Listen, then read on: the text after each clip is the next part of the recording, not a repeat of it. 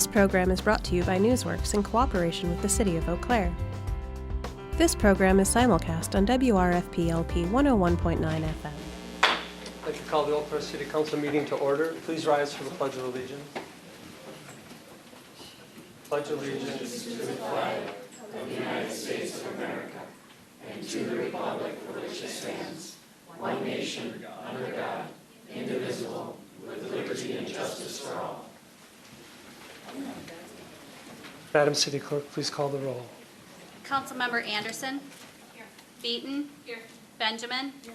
Berge. Here. Christofferson. Here. Emmanuel. Here.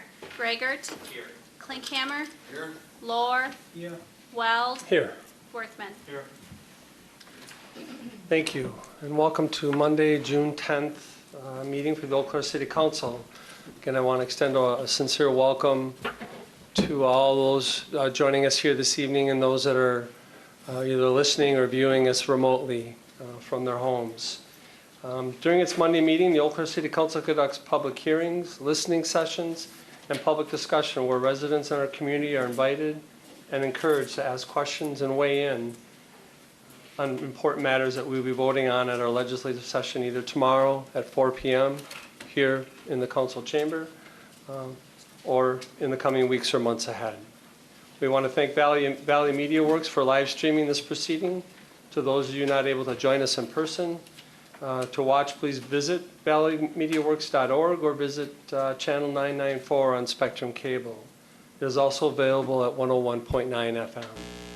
You can also find past meetings on YouTube under the Chippewa Valley Media Works channel. If you plan to address this council this evening, I will briefly review the protocol. Once an agenda item is introduced, staff will present on that item, and following that presentation, council has the opportunity to ask questions. We will then open the item for public input. Once the item is open for comment, please come forward one at a time. When you approach, please give us your name and your address, and then begin sharing your comments. We welcome you to speak for 5 minutes. You will see 3 lights before you on the podium there. It'll turn green when you start speaking. When you get to 1 minute left, it'll turn yellow. And then when you see the flashing red light, then I'm going to ask you to politely wrap up your comments. Sometimes council members will have a follow-up question after you do come up to speak, so please pause for a moment to see if there are any questions from council. If you wish to speak on an item that is not listed on the agenda, you may do so during the public comment period, which will be at the end of tonight's meeting. If you haven't done so yet, there is a sign-up sheet on the back podium there. If you wish, you can fill out your name and address and then speak during the public comment period as well. If you do not wish to speak this evening, you can fill out a comment form, which is also on the back table, and which are then distributed to council members ahead of our meeting tomorrow. As always, you can email or call council members. Our email address and our phone numbers are on the city website, and also on the back page, on the back table there, you'll see them available to you. With that introduction, we'll get on with our first order of business. There is one item scheduled for public hearing on tonight's agenda, and I also will point out there is overflow if we get to the point where we start filling up all our seats in the room across the hallway. That's room 1301/1302. So if you feel people coming in, maybe point them in that direction. Thank you. Item number 1, which is a public hearing on a charter ordinance relating to the City Council and the reappointment of aldermanic districts of the City of Eau Claire. City Clerk, Madam City Clerk will be representing this agenda item. The Little Red School annexation is on the agenda for approval at tomorrow's meeting. This annexation requires a new voting ward as the property is not adjacent to another city property. This would create Ward 75, which is part of Aldermanic District number 3. And on tomorrow's agenda will be a resolution creating the new ward, and then the charter ward ordinance adding the ward to the district. Does council have any questions for Ms. Repo? I don't see any. Is there anyone here from the public that wishes to speak to this agenda item? Again, I'll ask if there's anyone here that wishes to speak to this agenda item. Seeing none, we will close the public hearing portion of the meeting. And we will then move to the public discussion.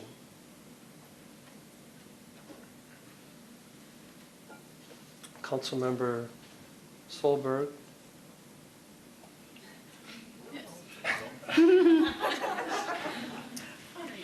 I'm sorry, I'm Strobel and Thank you. Good I evening. apologize. No, that is quite okay. The public discussion tonight is on a resolution authorizing the relocation order for fee title, which is permanent right-of-way and temporary easements for the State Street Reconstruction Project for lands located in the city of Eau Claire for a public street project. Just to go over a little history on how we're at this point in the real estate process. On March 12th, 2019, the City Council approved the State Street Reconstruction Project. At that time, the project was approved with a roundabout included at Roosevelt Avenue. It was understood that that roundabout would need right-of-way to be constructed. Would not fit in an adequate design capability within the existing right-of-way. And it was also understood at that time that the City Council would need to take action in the right-of-way process a couple of times after that vote from March. One of those points in the process is today with the relocation order. Another point would be further down if the relocation order is approved for the approval of the real estate transaction and the payments that would go along with that. At the March 12th meeting with the approval of the project, staff was ordered to equitably place the roundabout and begin the right-of-way process so that the lands required for a roundabout would be shared equally as equally as possible with the adjacent property owners at the intersection. Beginning on March 13th, we began to finalize the design for the roundabout that was included in the approved project and develop a right-of-way plat, which is in your council packets, that is basically a map that details the right-of-way that is necessary for construction of the roundabout. This is a larger scale blow-up of what is contained in your council packets. Right-of-way is required from 6 properties to construct the roundabout. The 4 green properties are the corner properties, and then some strip right-of-way takings from 2 properties as you leave the roundabout and you match in with the standard cross-section of State Street. So there are a total of 6 properties, approximately 2,967 square feet of right-of-way is required to be purchased in these locations for a total of 0.068 acres. And in addition, there is a 10-foot temporary limited easement that accompanies the permanent right-of-way to match lawns into the construction to make sure that when we're finished with construction, the lawns are to the level and condition that property owners would expect for a lawn in a nice neighborhood such as that. So the relocation order is the first step in the real estate acquisition process. Tomorrow before the City Council is a resolution to authorize it, and there are really 2 choices with the relocation order. One path to go down is the approval of the relocation order, and if the relocation order is approved by the City Council, that would authorize city staff to hire a professional real estate appraisal firm, and they would help the city establish the fair market value for the real estate transaction that would be required to construct the roundabout. In addition, the city would pay for the property owners to hire a real estate appraisal firm for themselves to establish the fair market value for their confidence and the city pays the cost of that. Once the appraisals are both in hand, then the city and the property owners would begin negotiations for the real estate sale. If the relocation order is not approved tomorrow, then the right-of-way to construct the roundabout that was approved in March would not be in city hands, and it would not be possible to construct the roundabout that was approved at the March 12th meeting. Staff would begin immediately after that action on designing a roundabout, or not a roundabout, but designing an intersection in place of the roundabout that would fit within the right-of-way presumably, or have an alternate design to present to the City Council for the first set of meetings in July.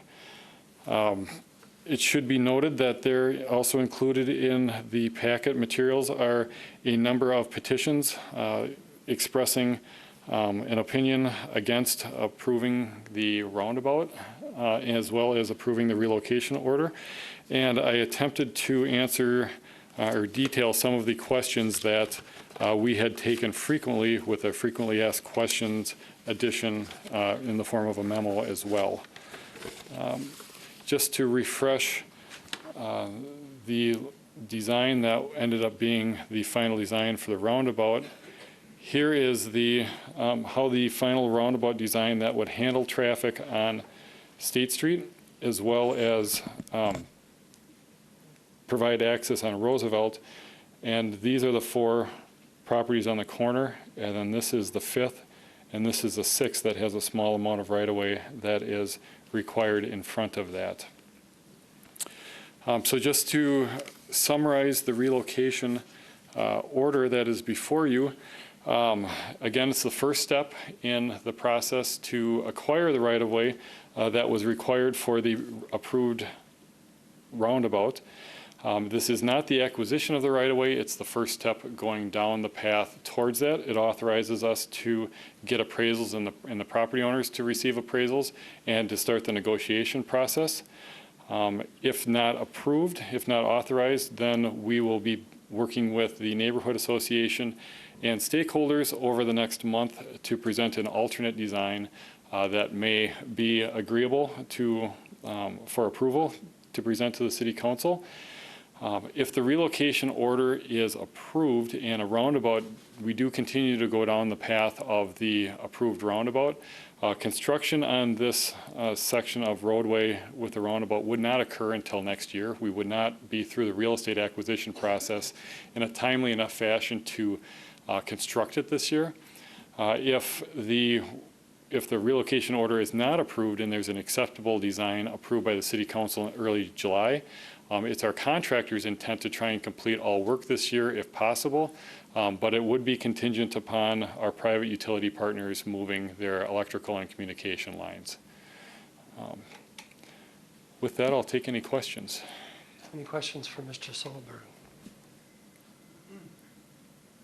Councilmember Worthman.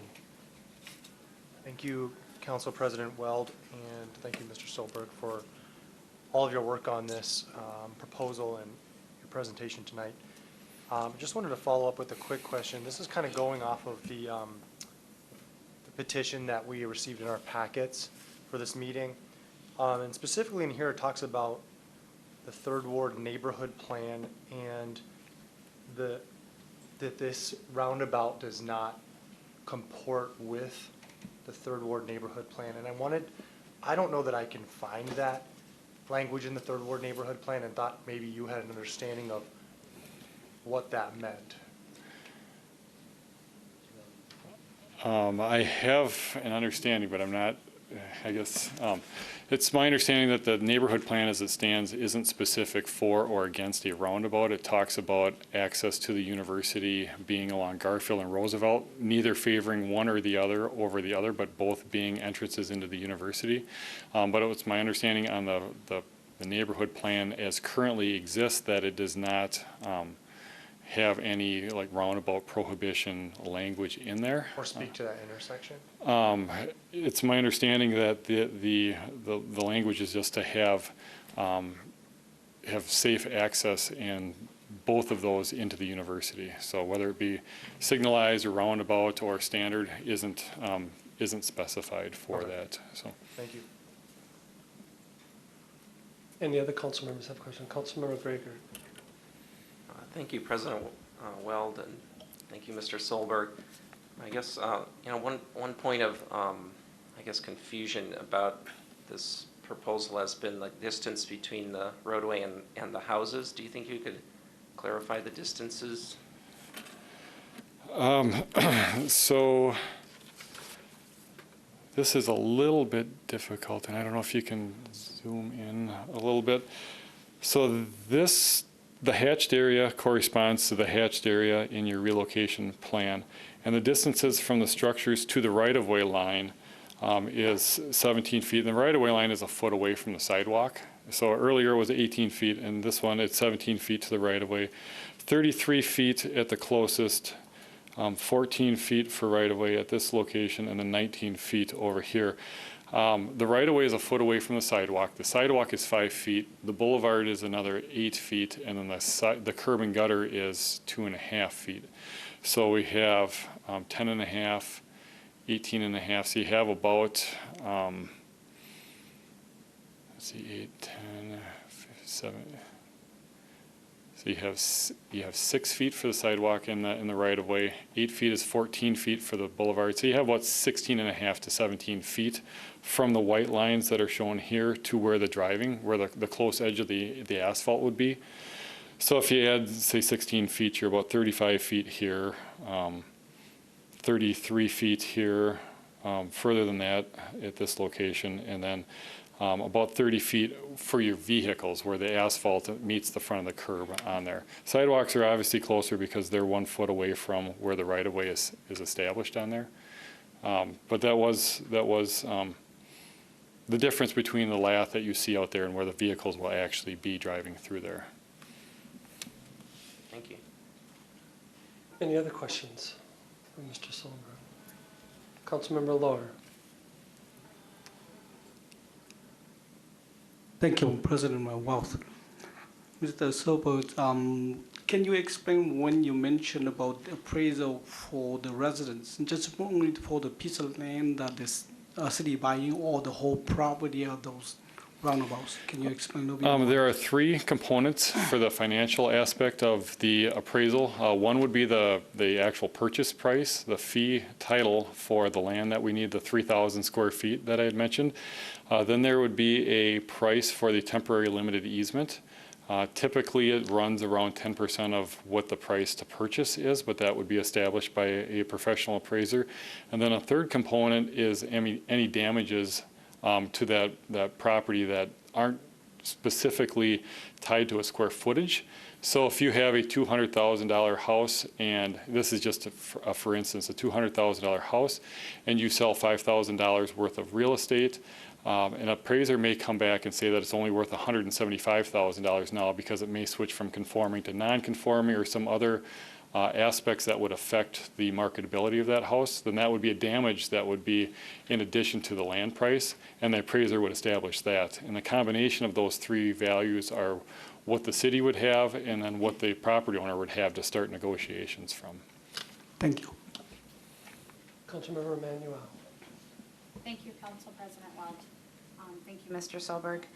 I have 2 questions for you. The first one is if you can share a little bit about one of the items you touched on your FAQ, which was a question posed: will I have input into a redesign of Roosevelt Avenue if the relocation order is not approved?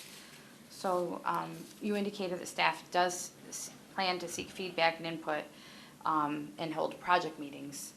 Now I know that there definitely is a real sense of frustration there, and I'm not pointing any fingers. I guess what do you feel that your department can do maybe a little differently than times before that maybe will help to bridge some of those communication opportunities, we'll say, if indeed this doesn't get approved tomorrow? Well, I do plan to be at the Third Ward Neighborhood Association on Wednesday of this week. And then we go to our Bicycle Pedestrian Advisory Commission meetings, our publicly noticed meetings.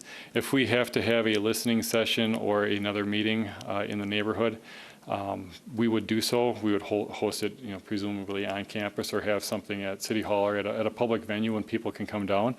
I think one learning curve out of this particular intersection is that the neighborhood, the residents, and staff need to be engaged on all sides of it. So the neighbors need to attend the meetings, and if they can't attend the meetings, they need to get input into our office on here, and it has to be a active and a participatory group that participates in coming up with a solution for this. So we're planning to make ourselves available, and then also have electronic means for feedback and phone conversations as well. I would anticipate they'll probably, if we meet the January or the July our pre-imposed deadline, there will be at least 2 publicly noticed meetings, possibly 3, plus a public discussion on the Monday night before council takes vote on it. So I would encourage people to attend those, as well as provide comment at the public comment period at the meetings at the end of June for that. This has been in the press. We have email, so I really encourage everybody that is aware of this to provide their feedback on this, so we don't. The last thing when we go through the number of meetings that we have is to want people to feel like they weren't heard, because we spend a lot of time and a lot of staff time to reach out, so we want to make sure that we're doing that in an appropriate way to get people engaged with it. So. Thank you. May I ask a second question? Thank you. My second question is regarding, council's going to take 2 items tomorrow, 2 action items related to this. One is on that relocation order. The second one is in awarding a procurement contract for all of the State Street reconstruction. You did include in the packet some information about if council does not approve the relocation order, what the contingency plan is. I'm thinking often we don't have a lot of people here on Tuesdays, and it's I think a good opportunity to share a little bit about that process, if kind of what happens to the procurement contract, and talk a little bit about a change order and just a process that the public can be aware of. So the contract tomorrow is bid, and it includes the items to build the roundabout. So there's curb and gutter, there's asphalt, pavement marking, all of the same items that build a roundabout, build a square intersection. The way our specs are set up for the city, we can increase or decrease quantities without changing the contract. So we have the right to go from 1,000 lineal feet of curb and gutter to 3,000 lineal feet, and that bid price will hold. The same as reducing an item or eliminating an item. So what we have done is, we have a cost of what the roundabout cost as bid with the items in there, and then what it would be with a rectangular intersection, and we would seek a change order to remove the extra quantity of items that are in for the roundabout, unencumber those funds, so then those funds could go in towards our future LET projects that will be presented to the city council as close as 2 weeks from now, because we wouldn't want to tie the money up that wouldn't go into this and not be able to put it towards another project that would need it this year. So if it's awarded tomorrow, and I'm recommending the award tomorrow so we can start construction on the part of State Street that is not in this area, then it'll just be a change order that's administratively done by staff, and those funds will be reallocated. Thank you very much. Any other questions from Mr. Silver? Councilmember Gregor. Acting President Weld. Mr. Solberg, I know that, or President Weld, I know that there's been a lot of discussion about the bike and pedestrian safety aspects of this, and that was certainly a big part of the process starting in last year, and it was a complete streets focus for the public input process and everything.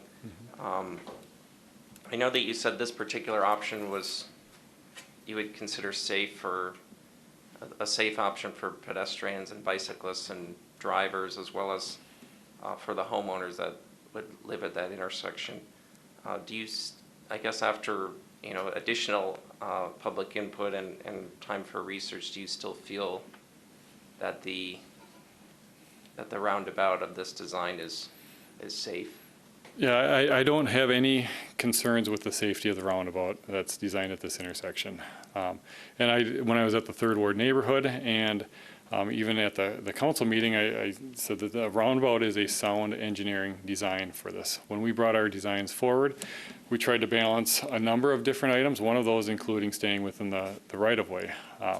The other intersection that we had included in our council packet, that's a sound design also, and I don't have safety concerns with that. So both options that were discussed at the May 12th meeting are safe options. They accomplish slightly different things. One of them requires right-of-way and one of them stays within the footprint of the right-of-way. But as far as if I had a significant safety concern, like it was brought up with traffic signals at this location, and I do have a significant safety concern with traffic signals, I would message that. And the roundabout we looked at that was smaller, where we were starting to have queuing up into Garfield Avenue, I had safety concerns with. But as far as the two designs that were talked about, I didn't have any safety concerns with either one of those at the time. And I stand by that now. Okay, thank you. Any other questions for Mr. Solberg? I don't see any. Thank you.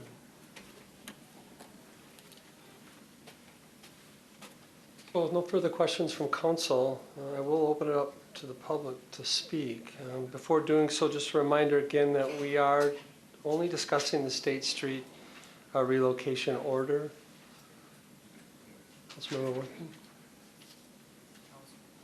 Council President, there may be folks who come up to the podium to deliver their public input who bring up additional questions, and if I could ask that we may ask some of those questions potentially of our city engineer after the discussion. Certainly. Or either that or follow up individually. Mm-hmm. Thank you. Again, only discussing the State Street relocation order, and I ask that all comments be in that regard only for the sake of time and allowing everyone the opportunity to speak. I will also ask that your comments are different and unique from the previous speakers before you. If it certainly works out well, at least in the past, where we've seen a line form over here on the left-hand side. Again, I'll just reiterate the process. Please come up, introduce yourself with your name and your address. Again, the 5-minute speaking limit. When it turns yellow, you have 1 minute, and then when it turns red, then I will ask everyone to wrap up. With that, we will invite the public to come up. Good evening.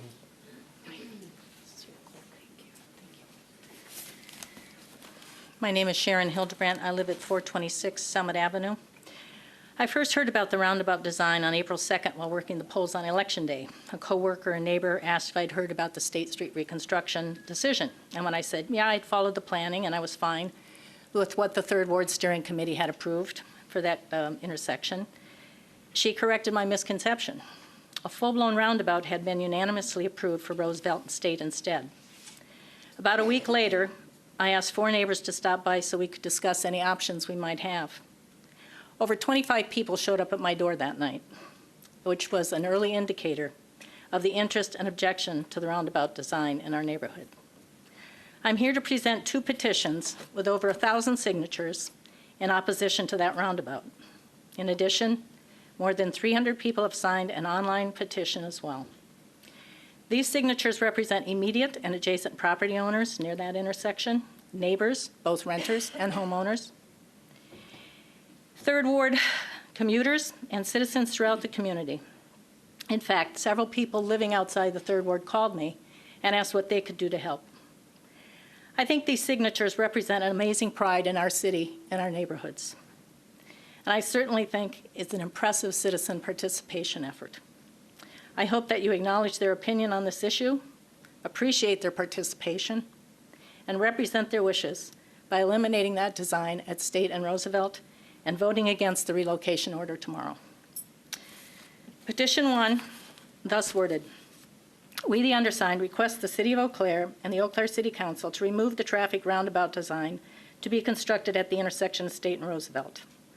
A roundabout design at this intersection is costly, requires land acquisition of private property, decreases home value and subsequent property taxes that contribute to public services. It endangers the safety of pedestrians and bicyclists. Further, the roundabout does not comport with the final recommendations of the city engineer or the Third Ward neighborhood plan, the current neighborhood plan being revised, by the way, which is part of the 2015 comprehensive plan for the city. It will degrade the residential quality of the Third Ward neighborhood and the landmark status achieved by the historic Third Ward and Park District. We respectfully ask the City and Council to eliminate this roundabout design.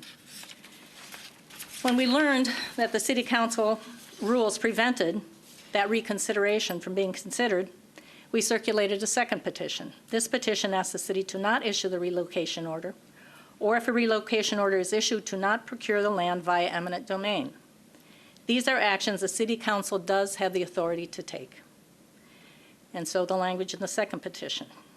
I, the undersigned, am a citizen of Eau Claire, have reviewed the proposed design of the roundabout traffic design at Roosevelt and State, and understand that it entails the issuance of relocation orders to acquire significant portions of the yards of the corner properties.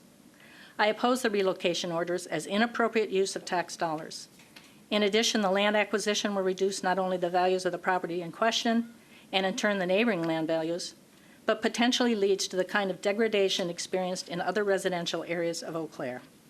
By signing this petition, I am indicating that I oppose the issuance of the relocation orders, the city's acquisition of private property, and should the relocation order be issued, and if any of the owners oppose the sale, the city's use of eminent domain to procure the properties in question.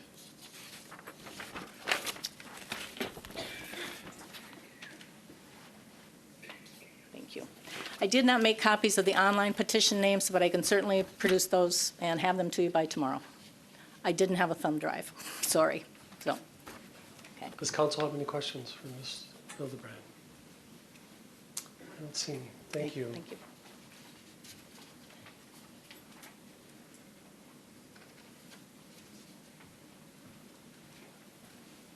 Good evening. Good evening. I'm Kevin Rosenberg with the Third Ward Neighborhood Association. I like to tell people that my wife and I moved to the Third Ward neighborhood. And before we did, we knew about this neighborhood because someone told us that if we ever moved to Eau Claire, we'd move to the Third Ward. And they were right. And the reason they were right is because the things that we found important to us were if you drive through the Third Ward, not only doesn't it look like two builders built two houses down there, it doesn't even look like the builders knew each other. You know, you've got a mansion here, you've got a smaller house over here. It's just a very eclectic neighborhood with different type of housing. There's renters, there's students, and there's homeowners there. And we feel we have a good mix right now, and you can tell that it's a good neighborhood just by the passion of the people that live down there. You know, 100 people showing up on a Wednesday night because they're concerned about an intersection. I found myself having a bizarre conversation with my wife about some kind of a traffic thing, and I said, my gosh, what are we doing here? We're talking about traffic in the Third Ward? But that's the type of thing that this neighborhood breeds. So, Councilman Werthmann, you asked how this doesn't comport with the neighborhood plan.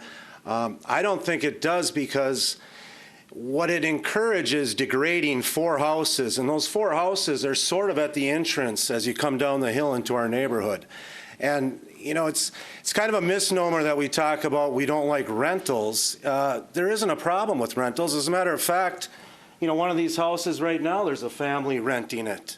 So it's not about rentals, it's about more or less student rentals when you start getting 3 cars parked in the yard, and a family doesn't want to live next to a house like that. It's just a fact. So what we feel is if you degrade these houses by taking that amount of property to put in this roundabout, that really the only people that are going to live there will be students at some point. And that sometimes has a bad effect on the rest of the houses near there. And that's what we envision happening over time. And it's right as you enter into the neighborhood. So our hope is that, we can take some other alternative ways to make this intersection safer. The Neighborhood Association had our city engineer in, I believe, 3 times to discuss this intersection. And a lot of people showed up for those meetings. At the end of it, we voted 7-4 against this roundabout. But the people came together on some of the other things, as far as, for instance, changing the traffic down to single lanes going up and down the hill to calm it, putting an island in, and possibly some other things that were discussed that would handle the safety part of it without doing what the roundabout would to that particular part of our neighborhood. We were disappointed that the vote went the way it did, and I think that's why you're seeing a lot of people come out tonight and try and get us to possibly change this into something that comports better with our part of the neighborhood. And I think it's more than just the Third Ward that is against this, because we have signatures from other people that live in other parts of the city. So I would really urge you to vote against the roundabout at this intersection. And thank you. Thank all of you that have been coming to our meetings as well. Any questions from Mr. Rosenberg? Councilmember Worthman. President Weld, and thank you, Mr. Rosenberg, for your service in the neighborhood and being a part of this process as well. I heard you kind of talk about the single lane. I wanted to get a more clear picture about what you envision for the different folks who use this intersection and what you would like to see moving forward. If you look out 5 years from now, what do you see as an ideal intersection right here for all the different users? Yeah, I kind of joke that I became the chair of the Third Ward Neighborhood Association so I could force my will upon the neighborhood. But there's actually someone here that called me out on that one time and said, hey, you're supposed to facilitate this meeting, not dominate it. And she was right. So I've tried to be more of a facilitator. I wish we keep the road the way it was, but the neighborhood was for those other roundabouts as calming mechanisms. We have, as a neighborhood association, investigated the accidents in that intersection. And our findings are, rather than the accidents being caused by people speeding down the hill, only 4 of the accidents were actually traveling in that direction. And 3 of them were rear end accidents, and the 4th one, I believe, hit an object.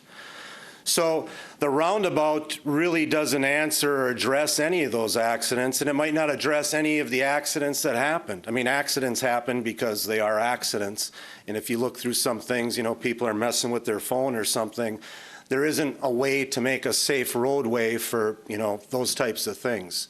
The going down to 2 lanes is certainly going to calm the traffic. The island, there was information about perhaps putting up a light where a pedestrian hits a button and the flashing goes off. I think we have that over on Harding now to alert motorists that cars are coming down the hill. And, we could get rid of the left turn from Roosevelt onto State Street. The interesting thing is the lights are on Garfield, but there isn't a dedicated left turn light there. So you could go over to Garfield to make that left turn onto State and be queued up there and still not get through until you're the last car making the left turn. Roosevelt doesn't have a light to make a left turn at all, and I wondered why the students didn't go up to Garfield, but that was the reason. The bus makes a left turn off of McKinley onto State Street every day. The bus, the largest vehicle, is trying to make that left turn, and they have to wait for the traffic from State Street as well. So that seemed like perhaps, and my wife said not to mention this, but it seemed to me that the light should be on McKinley Avenue because that's in between Garfield and Roosevelt, and then people would only have to move a block in one direction either way to get to McKinley.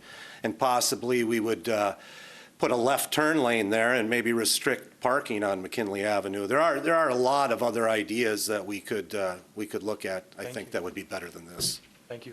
Any other questions from Councilmember Beaton? So we've heard a lot of frustration around this issue and a lot of frustration related to the fact that folks didn't feel like they had a good idea of what really was happening throughout this process.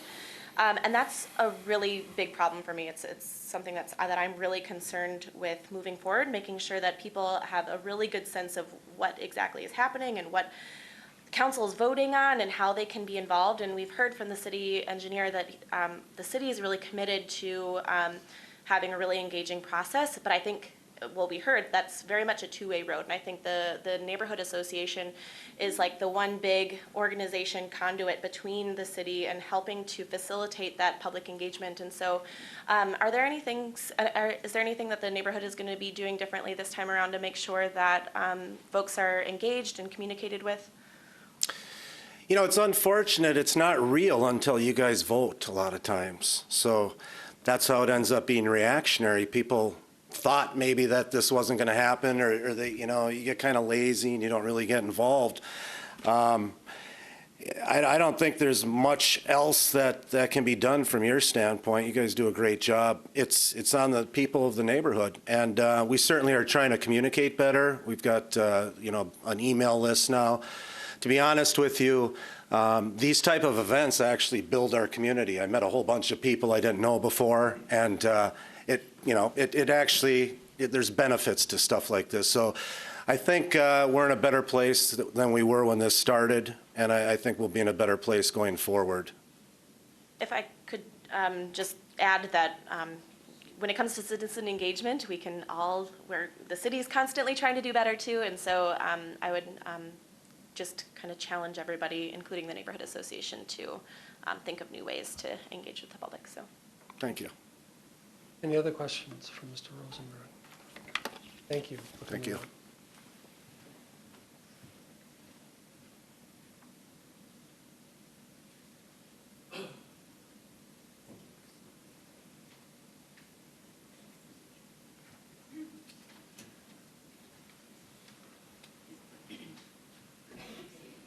Good evening.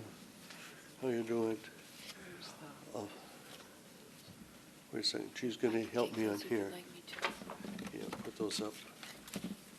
Don't turn on the timer yet. Did you want to pass these out? I've got this here. Yep, ask Lee to pass it out. Can you, and we got some to pass out here? No, good. So where is this? You got it? Good. What do I have to do with that? No, I'm You trying to got get it. in the overhead. Where's the overhead? She'll have to help you over there. Not here. Ms. I Burrow think it can is. help you with that. Where's the Where's the overhead? overhead? Sorry. I need my notes here. Oh, excuse me. Okay. You know, I'm Steve Ronstrom and live on McKinley, and I'm not a concerned citizen as much as a citizen that got dragged into this. And I wanted to say about that, I don't want to disagree with Kevin too much, but heck, I've been to all kinds of meetings. And he already mentioned there was 100 people in there, well, close to 100 people in these TWA meetings when we talked. And I went to a lot of them. You know, I wasn't just trying to help out. And I even told the city staff before the presentation, I said, look, we'll vote this in, you know, what you presented, as long as you keep the roundabout out, because everybody was already concerned about that and so forth. Now, a lot of these meetings are just a listen-talk ratio. We got to tighten up the talk and then get the listening going a little bit more. But we've been really engaged, and I don't see that otherwise. And I'm the one that made the motion. After an hour listening to all this stuff, I made the motion that we had it, and I thought it was all done, you know. And then completely surprised when it went against it. I know we're not supposed to dictate policy and all, but just to have it. But maybe just to start at the beginning, spending money should be a joy. Spending money should bring our community together. I am really excited about State Street.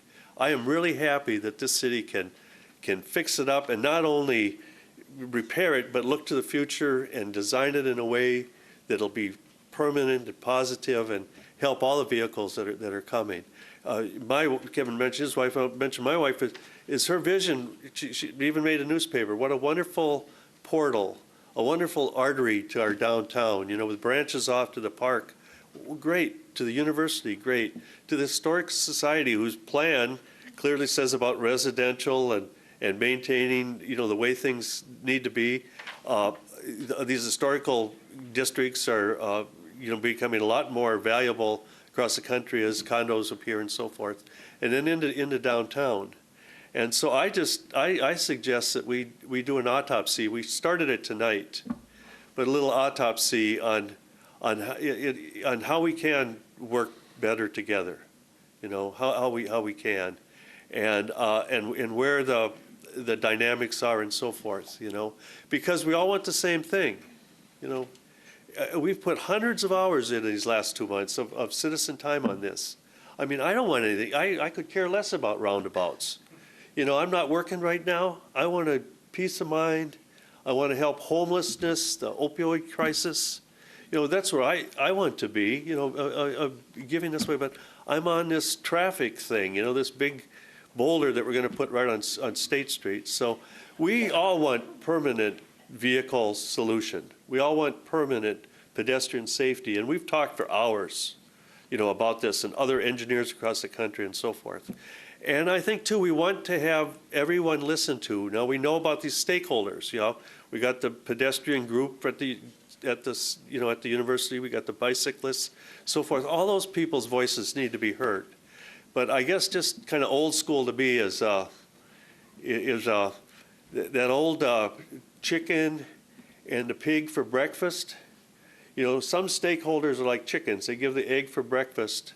And then there's other stakeholders that are like the pig. They got to give a whole side, So when y'all drive up State Street tonight, you look at those stakes in the ground, okay?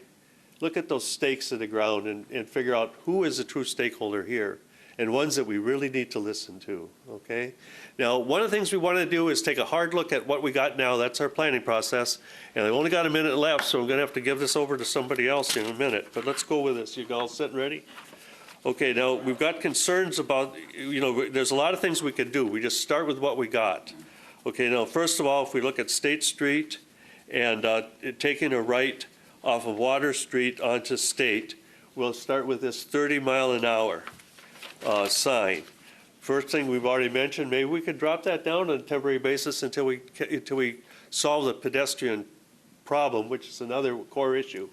Okay, and then we come up to a sign about a pedestrian crossing coming up. Well, that's a good idea. And then what happens when we get there? Oh, son of a gun. It points right down to it. Even I can find that place, A mirror image of these signs are across the street, too. They're the same way. So they're well marked. Continuing down, they're well marked. They're just what they need to have there. Continuing towards State Street on the west, you'll encounter the lights at Garfield. And then there's no further signage, and this is, I think, if we're concerned about pedestrian safety, let's look at what we got right now. This isn't the all answer. This is only one little piece of it. But between, all the way down, there's no further signage. And then you get to where I live, McKinley Avenue, and I can't find that even in the wintertime to walk the dog across. There's no signage there. There is some paint on the ground. And but man, cars just don't see that. They just go right by. So I think we need to look at like Kevin already mentioned about the traffic flow and so forth. We can work with your engineers and come up with a better thing just by looking at some of these tools. And then we come down further and note again, okay, if we're concerned about the pedestrian safety, the speed, we could adjust that. And now look down the street. The only visible signage is the blue and white sign at the corner here. So no signage. Just imagine you're from out of town or something trying to get through here. The sign's 35 feet from the speed limit sign, and there's no pedestrian crossing ahead, no warning, nothing about the pedestrian crossing sign, and the crosswalk is a surprise. Now, if we go across the street now to the east side, and start Mr. coming back up, Mr. and I'll give it to my next person. Okay, all right, thank you. Yeah.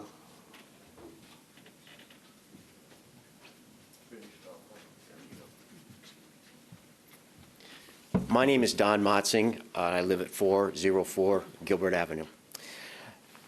Continue on with what Steve was talking with you about Let's cross the straight street. To the east side, you will be traveling towards downtown, beginning slightly above the base of State Street Hill. At about 35 feet from Bartlett Court, you will see the posted speed limit of 30 miles per hour. 35 feet at Bartlett Court. You will see a sign that warns a pedestrian crossing and a left-hand only turn. The next sign you will encounter is a parking sign. It is 60 feet from the pedestrian ahead sign, underneath the Eau Claire sign. Like the west side of Roosevelt crosswalk, there is no pedestrian crossing sign. The crosswalk is again a surprise. Yes, you were warned that there is a crossing, but reasonably you would expect that the pedestrian crossing sign. Instead, you won't see it until you're on top of the sign or the crossing. If it is dark or snowy, you won't see it at all. If there is truly concern for pedestrians, wouldn't it be a simple solution to the addition of appropriate signage and reducing speed to, say, 20, 25 miles an hour? A pedestrian crossing warning sign and an actual pedestrian crossing sign. Instead, the city is proposing to go further into debt to buy yards from neighbors, both reducing the value of property and making it impossible for them to enjoy it. In the end, they will sell at a loss, the properties will become run down and blighted with student rentals. The blight will be spread as neighbors leave the area, in turn selling their homes and reduced values, resulting in a domino effect like which we've seen in Randall Park.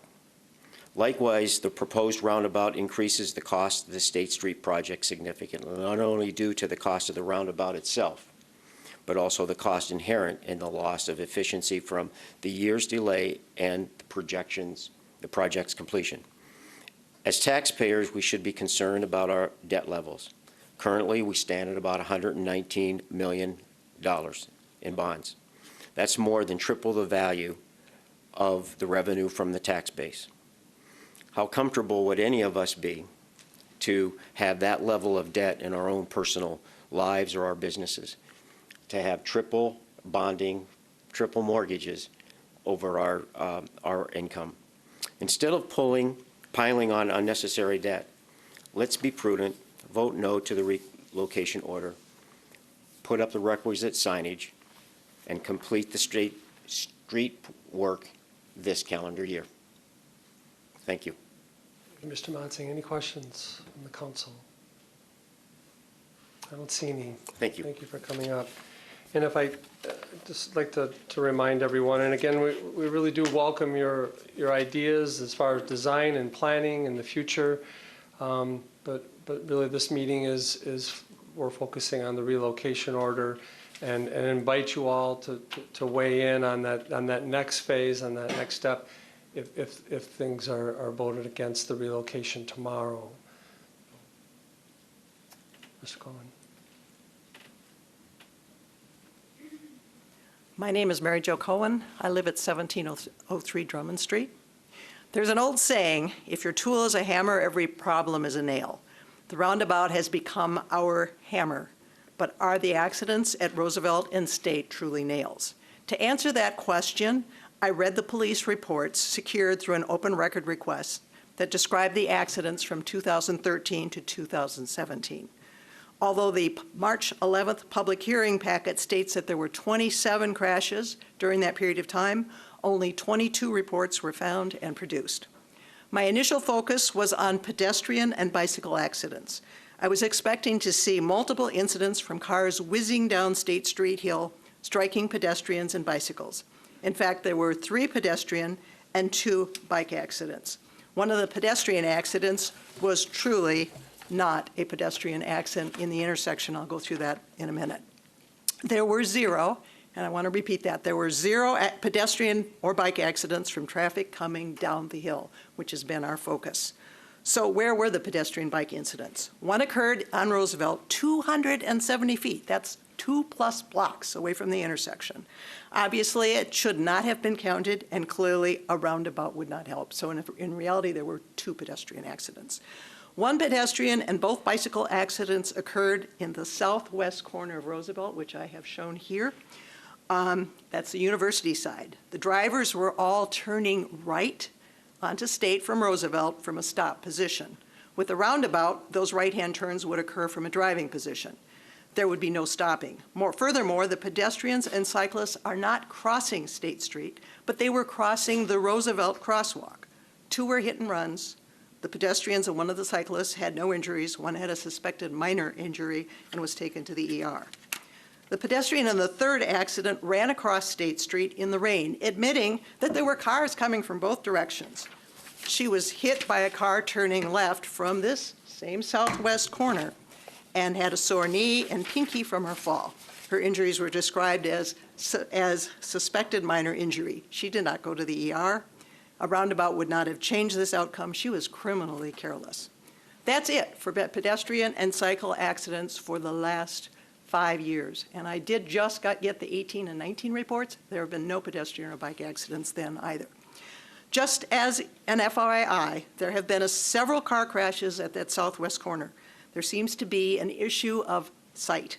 There are 3 more from the 13-17 period. Both the 18 and the 19 incident were also at that corner.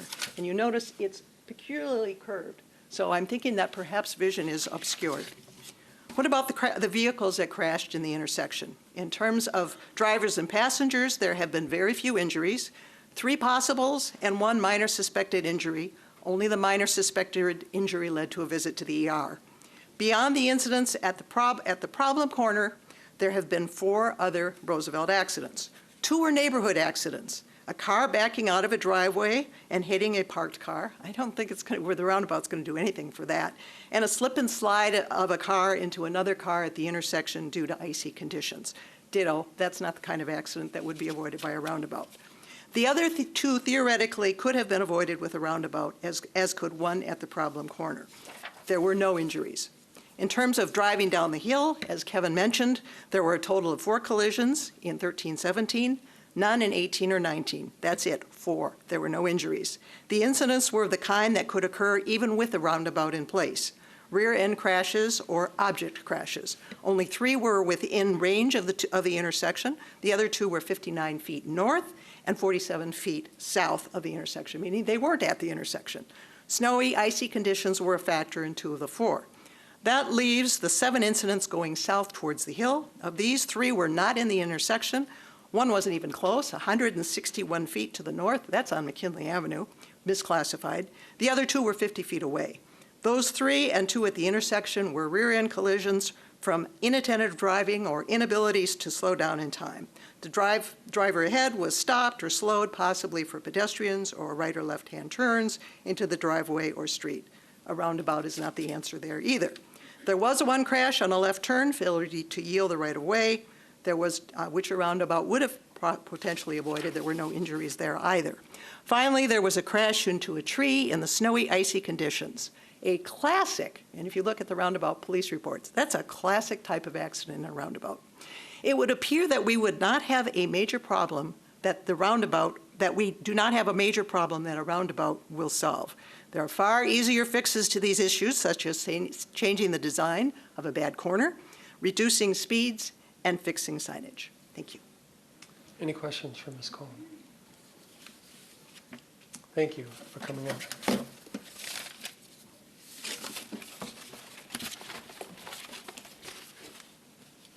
Is there anyone else that wishes to speak to this agenda item?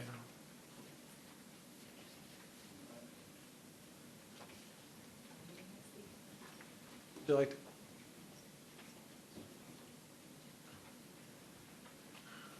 Or we'll have you come up in just a minute. If you'd like, you can maybe work your way over to here and then. Good evening.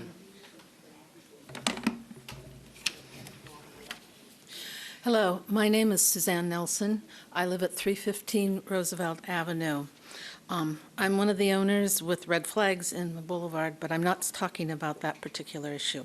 For the last 40 years, I've worked in the area of residential design, and working on some new homes and many remodelings of old homes.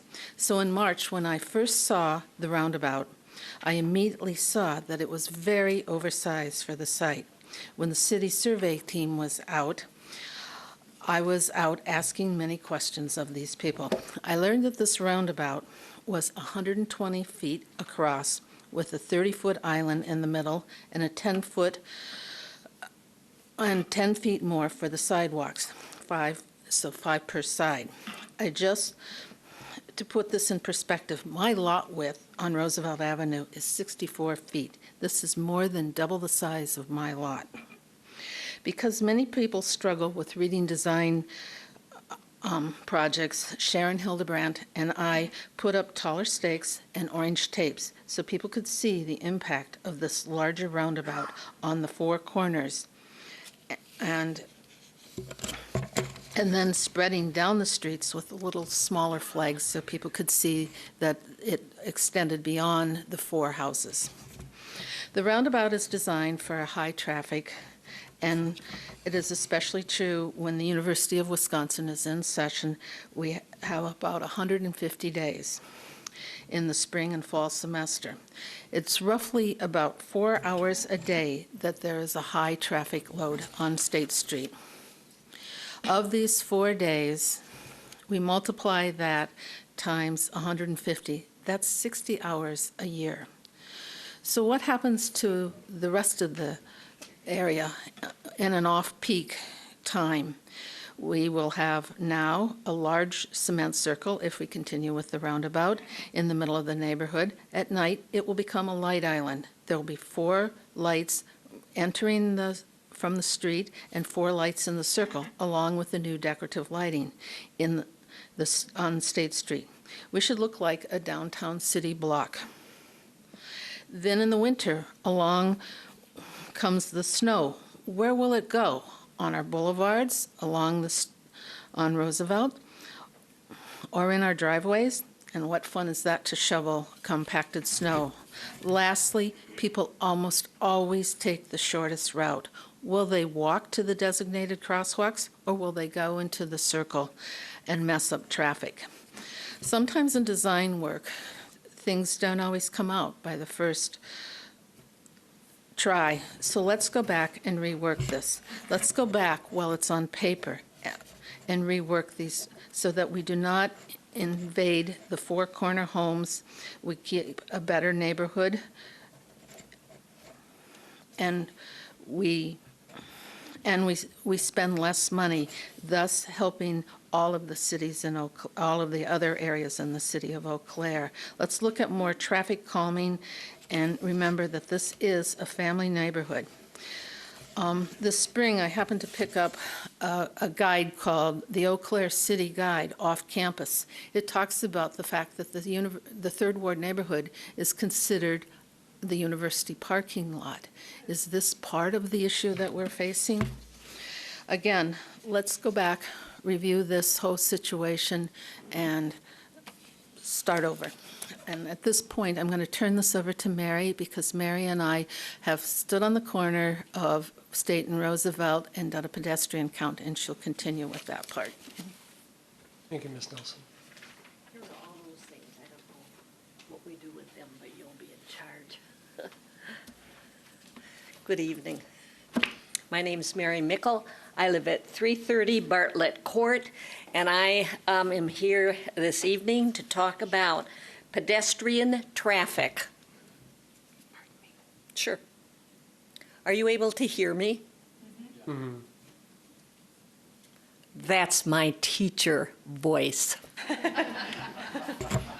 So we're looking at pedestrian traffic as it affects pedestrian safety and the smooth flow of traffic on State Street. Monday, April 22, Sue and I met to document the movement of pedestrians on the 300 and 400 blocks of Roosevelt and the 1700 block of Wilson. Can they see this now? Is it up? Yeah. Okay, good. You can all read, so I don't have to read it for you necessarily. We had checked out the parking capacity, and then we, for the entire day, from 6:30 in the morning till 6:30 at night, we looked at every car that entered our neighborhood to see what it was doing, where it was going. Those who parked, we noted the number of people getting out of them. We saw where they went, and they went clearly and directly down to the corner of State and Roosevelt where they crossed. Then, of course, later in the day, to get back to their cars, they cross again. So everyone who gets out of a car or a house on any of those blocks will in fact be going across State Street 2 times. Our total pedestrian crossing count, as it says up there, was 118. If we were only looking at the pedestrians who came out of houses, there would have been 3. They would have made 6 crossings of State Street. Clearly, parking has an effect on pedestrian crossing and pedestrian safety in our neighborhood. Specifically, 118 separate pedestrians has got to bring cars to a halt, thus interrupting the flow of traffic, which is one of the things we want to achieve, and possibly causing a serious backup. And then there is the safety issue. Some council members have said speeds, or expressed a concern that speeds on State Street are sometimes as fast as 40 miles an hour. I don't know. I have been unable to find a single speed study of the area we're talking about. But I can see that despite the voiced concern, no one with the authority to do so has changed the speed on that hill. After over 6 months of discussing pedestrian safety, the hill is still posted at 30. Conventional wisdom on highways says if the speed limit is 65, traffic's going 70. If the speed limit is 70, traffic's going 75. So why are we surprised that a hill posted 30 has traffic going at least 35 miles an hour? Recognizing what has happened at State and Roosevelt affects our other corners where 3rd Ward pedestrians cross. And we next gathered some data on pedestrian traffic crossing as it played out across the larger 3rd Ward. Here's our data, and it can be summed up very quickly. Moving one day through every street in the 3rd Ward, we found 280 cars parked. We estimate that pedestrian crossings from those would be 560. Because of the turnover estimate, we're kind of basing that on what we saw. That would be another 80 cars, and a total then with pedestrian crossings soaring to 720. That is up, that's for a section of State Street where there are 5 intersections that for those pedestrians to cross. 2 of them have lights, which is good, and we need to move more of those pedestrians towards those lights. Okay, just a moment, I got lost. So my point, the volume of pedestrian crossings cannot help but interrupt the smooth flow of traffic up and down State Street. Many council members, in responding to my email, expressed a concern that our newly or our revitalized downtown would be adversely affected if, in fact, traffic could not move smoothly. So casual observations plus serious data gathering both show a 1-to-2 relationship between a car parked on the opposite side of State Street. By opposite, I mean opposite the university. Causes major problems with pedestrians crossing in a safe way that does not affect the flow that we're looking for. For the benefit of pedestrian safety and smooth traffic flow at least one corner, the Roosevelt one, we suggest that to begin with, parking on the 3 blocks being discussed be reduced or eliminated. This might nudge pedestrians to cross at the safer Garfield corner. In addition, it serves a need that UWEC has referenced for years. They tell us they are unable to provide additional parking because their lots on Water Street are not fully utilized.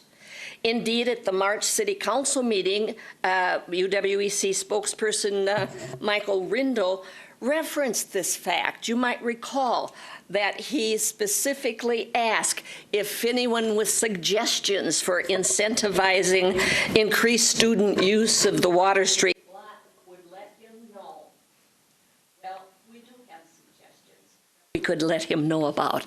And we think they would result in a win for UWEC, a win for the 3rd Ward neighborhood, a win for public transit, and I haven't had time to talk about how that might come in here. And finally, a plus for the city's goal, which was smoother, safer traffic flow through the Roosevelt State intersection. Thank you for your attention. Thank you, Ms. Mickle. Any questions? Councilmember Woodson. Thank you, Council President Weld. Thank you, Ms. Mickle, and Ms. Nelson as well for your work on this, on these numbers. Just so I fully understand, are you, based on what your numbers are, you're saying that roughly it would be 15 people from the neighborhood who are not parking and walking cross State Street in a day? Is that correct? 'Cause No, I thought no. I saw you say Three. people, Three. only 3 people crossed that you But don't, they came home for lunch and went back. only 3? 4. Well, Four crossings on their part, on no, Roosevelt. no, I'm sorry, we're going to be in disagreement. We have one resident from the 300 block who crosses State Street sometimes on a bicycle and who is employed there. Now, some days she does come back for lunch. She didn't have to on that day. That's why these counts are never absolutely precise. But we had that person, 300 block, going back and forth. And then there are 2 people from the 400 block of Roosevelt who also make that crossing. So I'm saying 3 people and 6 crossings. And I wanted to clarify that because I appreciate that you're making that point that only 3 people who live in the neighborhood to the east actually crossed over State Street. And to me, that actually speaks to a bigger issue, which is the kind of road that State Street is, that it splits the neighborhood in a way that doesn't make it more accessible. You know what I mean? Like Yes, they do. You know, if we only have 3 people crossing a street, I would say that that's a serious barrier between the neighborhoods. So that's helpful for you to say that because it helps give us an understanding of what that road actually is right now. Right, and at a previous meeting, someone made that point very, very eloquently. I must, though, caution you that we were only counting from 6:30 in the morning till 6:30 at night. And if someone on the other side of State Street is having a exciting party, starting at 8, I may cross State Street to get there and then cross home again. So, you know, we were trying, oh, go ahead. Yeah, and it also did not include dog walkers, which usually seem to be later in the day or very early. And that particular day, there weren't many dog walkers out, but there are many other days that we see them out walking and crossing. Any other questions for Ms. Mickle or Ms. Nelson? These results will go in the packet tomorrow. Okay. Will be emailed to them. But, yeah, the other one wasn't here. We'll have but those. that's We'll have okay. those tomorrow. Okay, question? Okay. Was there a Councilmember Beaton? To clarify around the 3 Roosevelt residents. So those were, the 3 people that you counted were living on Roosevelt on the opposite side of State Street from the university? Right. Within 1 block? Well, 1 to 2 blocks. Yeah. Okay. You know, between the university and State Street, there is the 200 block of Roosevelt. Then you cross State, and we have a 300, 400 block. And that's the end. Yeah. At that point, Roosevelt has just hit Garfield Avenue. Yeah, okay. And we only counted Roosevelt. We did not go to McKinley or any of the other streets. Okay. So it's conceivable that there would have been other neighbors who walked and that maybe weren't counted as such, but maybe unlikely. Not Is that particular day. Yeah. You know, we can go other days and we would see other neighbors walking the neighborhood. It just, that particular day we counted, they weren't there. Okay. It certainly is true, too, that we see a lot more neighbors walking the neighborhood and walking with their dogs on weekends and when the university is not in session. I mean, that's no secret either. It's not, you know, when the university is in session, the traffic is such that people don't seek out State Street. I guess I'm just asking, I'm thinking, I live deeper into the neighborhood, and I have a lot of neighbors who live near me, like on the 600 or 700 block, who walk from their home, and maybe it's, I guess I'm thinking it could be that there would be people from deeper within the neighborhood who would be walking on Roosevelt, but. Yes, and if you look at my numbers, they don't exactly add up, but we didn't have time in 5 minutes to tell you some of the things that do happen. We spoke with 2 young men because they came from nowhere. Remember, we said we're watching every car and seeing if someone comes out of it. We didn't know where these 2 guys came from, so we talked with them, and one had come from Rust. And for whatever reason, he meandered down to cross at Roosevelt. The other young man had parked on McKinley, and the same thing. We also didn't point out to you that on Wilson, when the cars get closer to McKinley than to Roosevelt, the odds are they'll move down and cross at McKinley. So there's just a lot going on there, but I think you know the point I'm trying to make. There is such a clear relationship between a dangerous situation whereby we encourage, allow, because we don't charge them anything like the parking lots would on Water Street. We're encouraging a situation where hundreds and hundreds of people cross a very busy street every day the university is in session. And that's all we really wanted to call to your attention, because we do think therein lies one way that we could carefully go to try to reduce the pedestrian numbers and thus the danger to them. Thank you, Ms. Mickle. Yeah.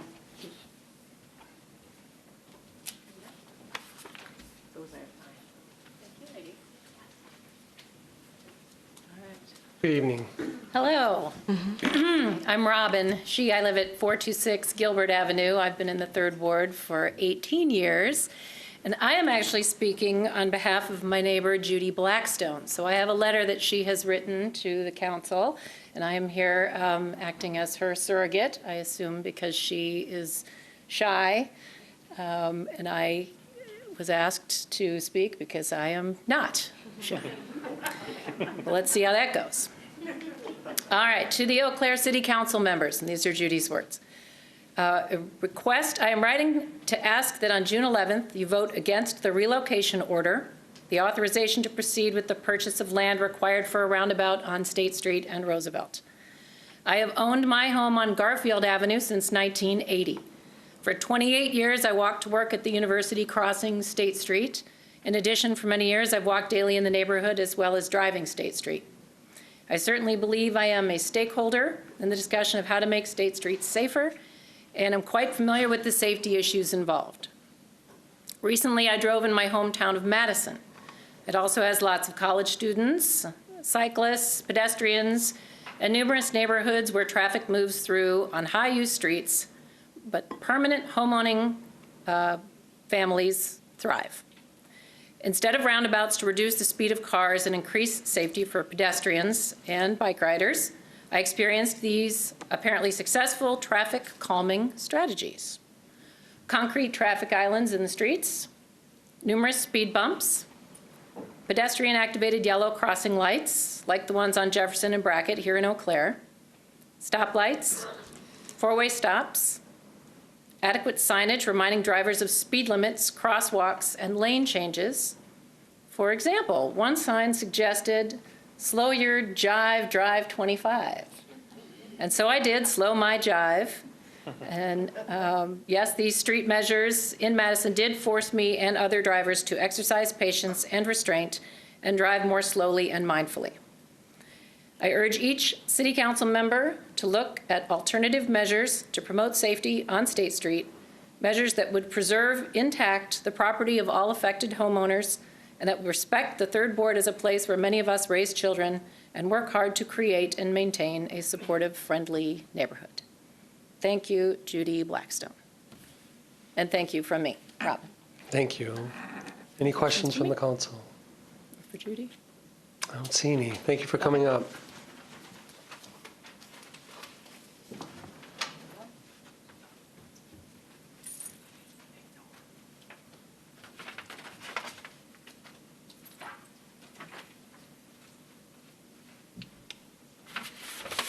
Good evening. Good evening. I'm Catherine Schneider, and my guide dog and I live at 222 McKinley. I'm an optimist, so I want to thank you for listening to the will of the neighborhood to not have a roundabout at the State Street Roosevelt intersection. Fast forward to tomorrow. I'm going to hope that you tell engineering to come back in a month with a plan to improve the safety of this intersection. I will do a little fortune telling and guess that maybe a sheltered island and a RRFB flashing light beacon will be parts of the plan. And I'd like to do a little educating of you about this beacon thing, because looking into it to figure out how to make it safe for blind people, I've learned some things that maybe you haven't thought about. Because I live in the Third Ward and enjoy walking in my neighborhood, I'll be able on a daily basis to enjoy a safer crossing if you vote for a plan that uses a flashing beacon that also has auditory and tactile feedback. If it's only a visual beacon like the ones we have here in town, I don't know, and neither do other blind people know, that it's flashing. Because of the closeness of the university, we can assume blind and deafblind students will also be crossing. I'm sure this three-way RRFB beacon costs a bit more than a one-way one, but let's be a leader in access for all to this safety enhancement. Thank you for thinking about the safety for all of us, both sighted and blind. And the reason I'm bringing up this beacon way before you've even not approved the relocation order is because engineering has to make sure there's electricity service to the poles, so they gotta be thinking about that the day after tomorrow. So I'm jumping ahead, I know it, but I want to say thank you for what you're doing, and thank you for doing it right. Thank you, Ms. Snyder. Any questions from the council? I don't see any questions. Thanks for coming up. Sure, come on up.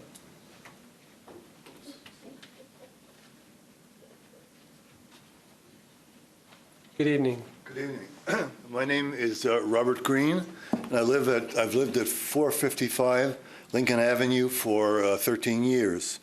And I'd just like to say that I think for all the reasons that have been stated, the roundabout is a very bad idea, for all the reasons that have been stated.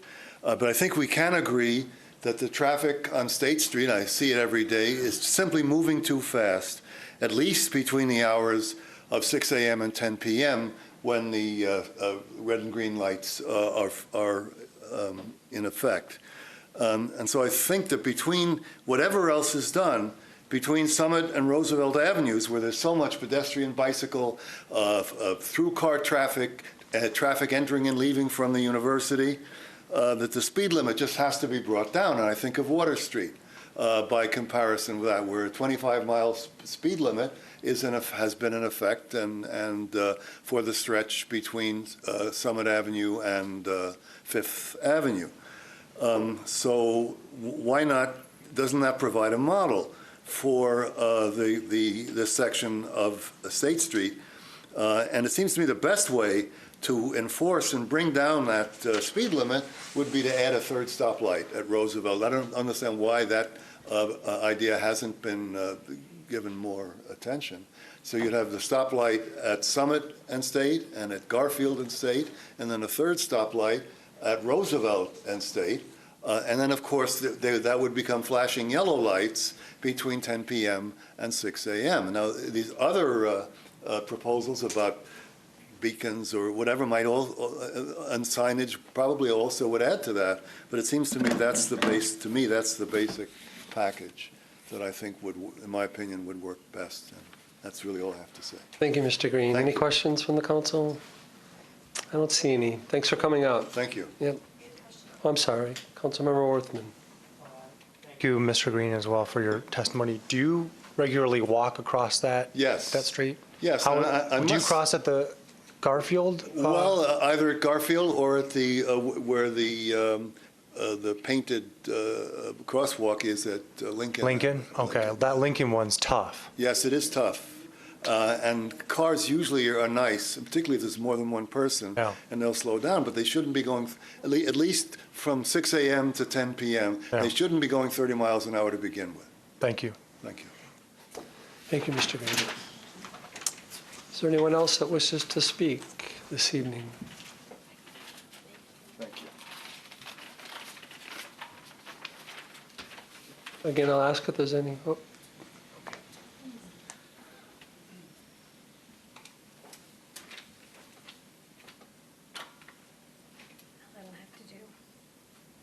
My name is Terry Stanley. I live at 1814 State Street. 25 years ago, I moved to the neighborhood, and the street was narrower. We had a neighborhood school. There were more pedestrians. Kids crossed to play with kids on the other side. And then the city widened the street back at a time when the city engineers said, we designed streets for one thing and one thing only, to move traffic. And fortunately, we've gone so much further than that and so much more enlightened. What it did was the widening isolated the west side of State Street. We're not part of the Third Ward anymore. Our kids couldn't cross to play with the other kids without an adult walking with them and then an adult walking them home. We lost a lot of homeowners on State Street. It's becoming a rental street now. I hate the thought of it starting to look like some of the streets in Madison that have been rentals for so very long. In fact, Judge Barlin described it after the widening as Eau Claire's emergency runway. And that's what it looked like. It lost the look of the neighborhood. We took down the trees. All you saw was street. And if you look at your drawing up there, your schematic, that doesn't look like a neighborhood. That's not appropriate in a busy, dense neighborhood. It's appropriate in a commercial area. It's appropriate in our arterial street. It's not appropriate on this corner. One of this city's biggest problems, I've said it for 20 years, is our aging inner city housing stock. And one of our biggest assets are those intrepid homeowners who are willing to put up with the costs and the problems of keeping up an older home. I mean, it'd be so much easier to move into a, new construction on the edge of town and not have to deal with, traffic and pedestrians and renters and a house that you can't find anybody who can replace this type of window or fix that type of roof. Or urban planner Ken Greenberg, who was the given credit for revitalization of Toronto. He also revitalized part of DC, Washington DC, Amsterdam, Paris, Brooklyn. Once said to me that if you really want to revitalize downtown in a sustainable way, don't look at downtown. Look at the houses, look at the neighborhoods that surround the downtown and revitalize those. Because businesses follow healthy neighborhoods. And if you end up with, a ghetto ring around your downtown, I guarantee all of the money you're throwing into your downtown, a lot of it is going to be wasted. So we need to both value the people who live on these corners and respect their opinion and enable them to take care of their property and keep the property value. While these homes would be financially compensated for the loss, it doesn't compensate the slide, the next door neighbor and the next door neighbor, because as we lose the balance, which, quite honestly, I keep hearing that we have a pretty good balance, but that balance has tipped quite a bit since I've lived there, especially on State Street. And we need to make certain that the homes are attractive to people. And a walkable community, they should be attractive to people who can walk to work, who can walk to work downtown and walk to work at the university. And even though the homeowners might stay there, when they sell, those homes are much more likely to become rentals. When you're driving down the hill, you won't see a neighborhood when you drive down the hill. You're going to see a roundabout. You're going to see a huge massive concrete, and that's what your view will be. And I don't know if you've watched the one over on Gulf Road, but people get close to it, and they speed up quick so they can get in the queue quicker, because somebody from the side might get in front of them. I don't think it's going to help with speed. I don't think it's going to help with safety. And I know it's not going to help with the health of that corner or the health of our neighborhood. It's been said before, and I don't need to repeat all of it, but there are plenty of ways to make a neighborhood more walkable. In fact, Ken Greenberg has a great book on creating walkable neighborhoods. But so does Adele Bacon and Jane Jacobs. They all have great suggestions for how to revitalize neighborhoods. So if you have concerns, any of the pedestrian-activated lights, the narrow roadway is going to help so much. The pedestrian island, all of those other suggestions I think were wonderful. And I guess just to end, I want to apologize that we come in late. That's how democracy works. It's worked that way ever since, I'm sure Dale can remember. We would announce meetings over and over and over and over again, and then finally when the vote would come, we'd have hundreds of people saying, "No one told me." So that's welcome to democracy, right? Thank you, Ms. Stanley. Thank you. Any questions from the council? Thanks again for coming up. Is there anyone else that wishes to speak?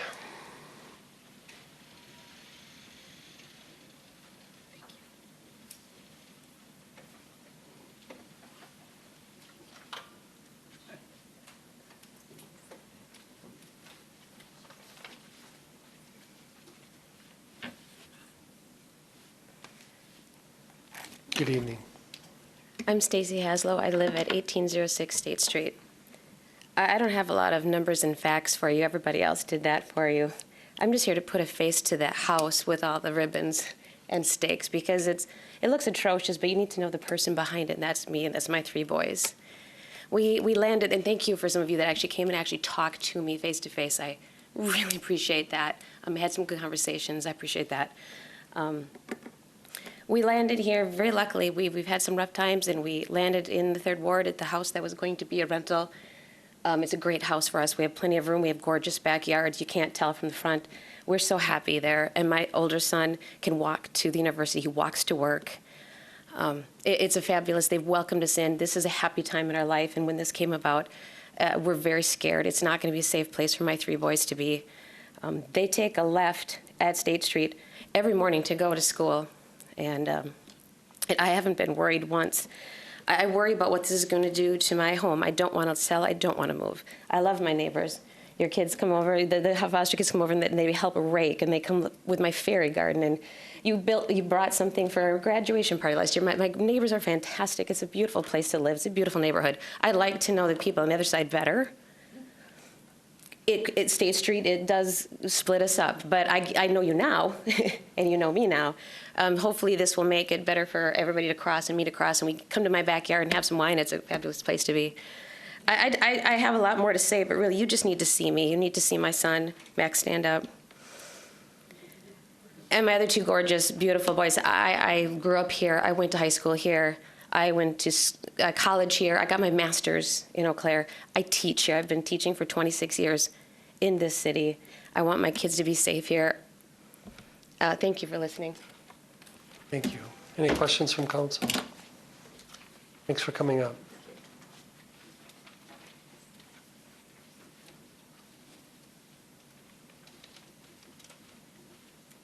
Good evening. Good evening. Hi, you've all seen me before. My name is Liz Weichert. I live at 304 Roosevelt Avenue. And first of all, I just want to mention my son Isaac sends his regrets. He is away at camp and really wishes he could be here to address you again today to oppose the relocation that's being proposed tomorrow.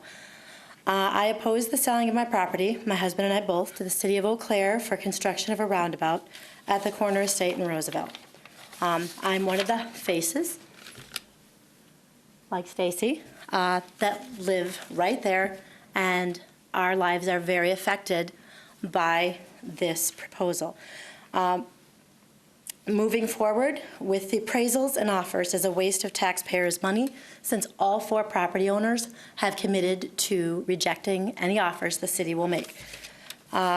We have many reasons to oppose the roundabout, and most of which you've heard tonight from my friends and neighbors who've been incredibly supportive.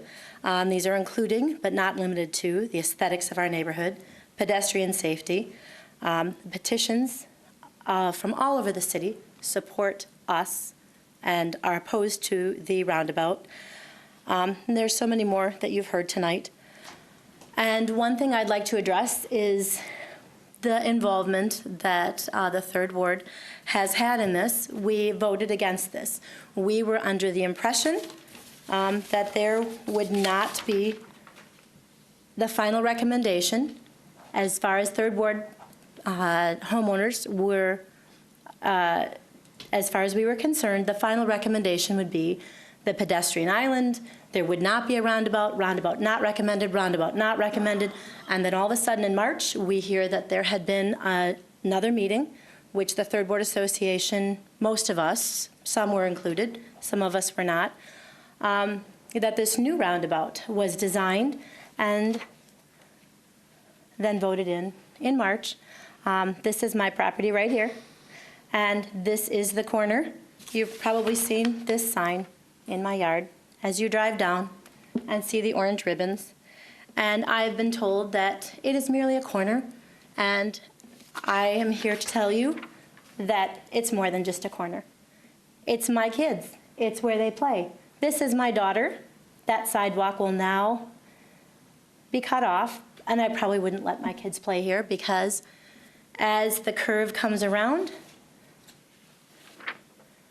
all of the traffic is directed at my front door as it turns, and it's just not a safe place for them. And it is not just a corner. It is lemonade stands. It is kids hanging out. These are my kids standing in what is still their yard at this point, but this is everything that we are losing. And I just wanted to point out one more photograph I have. Please excuse my gardening tools, but this is the tape that is up. And that will now be, if the roundabout goes through, a wall and a drop-off point because my house is up on a hill.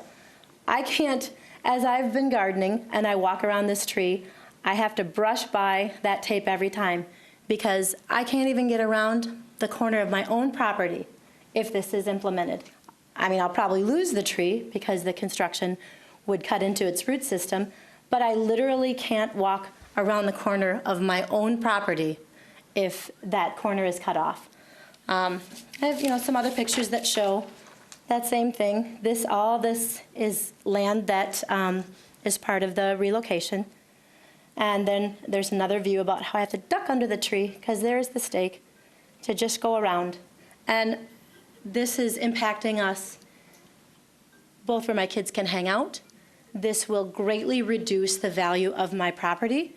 Not only reduce the value, but reduce my ability to sell because someone coming up is going to look right at that and there's no yard. It's already a non-conforming lot and this makes it non-conforming further.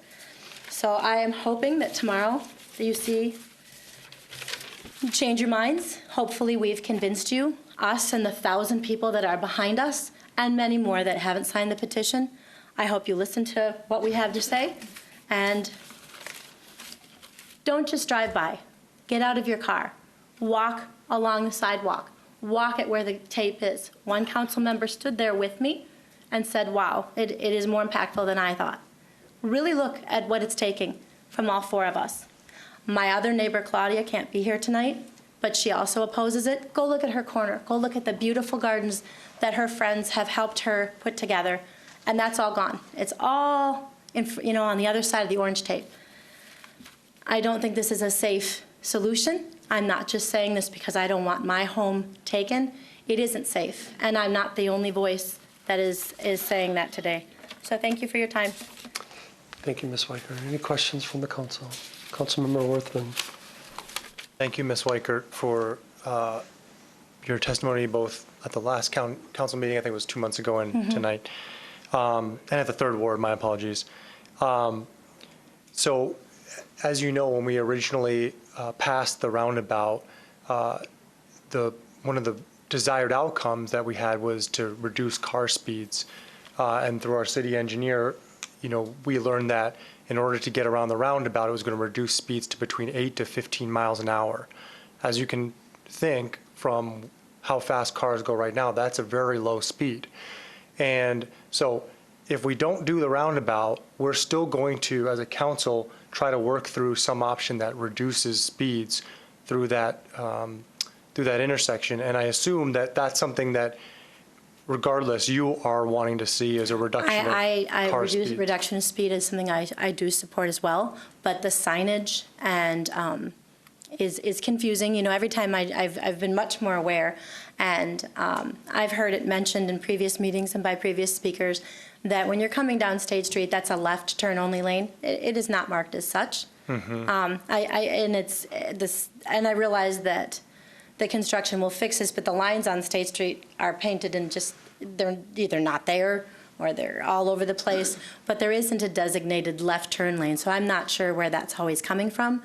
But again, the pedestrian crosswalk is much further back. There isn't a lot of awareness right there at that corner that there are pedestrians other than a person standing there.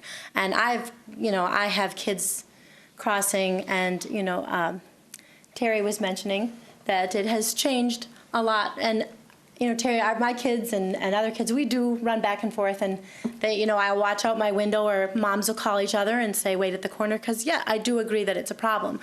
But as far as crossing is concerned, if you remember my son's words before, I agree with him that I don't think that exiting out of a roundabout and then a crosswalk right there is a safer solution for pedestrians regardless of speed. I think that roundabout thinking is not including pedestrians for most drivers. And as they're exiting that roundabout, it's not their natural natural inclination to be looking for a person standing there. So while it may reduce speed, I don't think that it will increase safety in crossing. Thank you. Thank you, Ms. Weicker. Any other questions from council? Councilmember Berge. To clarify, that you said all 4 property owners have rejected selling their land, so. They plan to, and I spoke with Claudia last week, and she is shy. She does not want to be here. She lives across from me in the other brick house. I do not recall her last name, but she is against selling property as well. Okay. And Eric Navarro rents across from me, and he is against this as a renter, and his landlord supports his position. Yeah, I think we got an email from him this week. So that's, okay. All That's 4 4. then, yep. Thanks. Any other questions from Ms. Weicker? Thanks for coming out. Thank you for your time.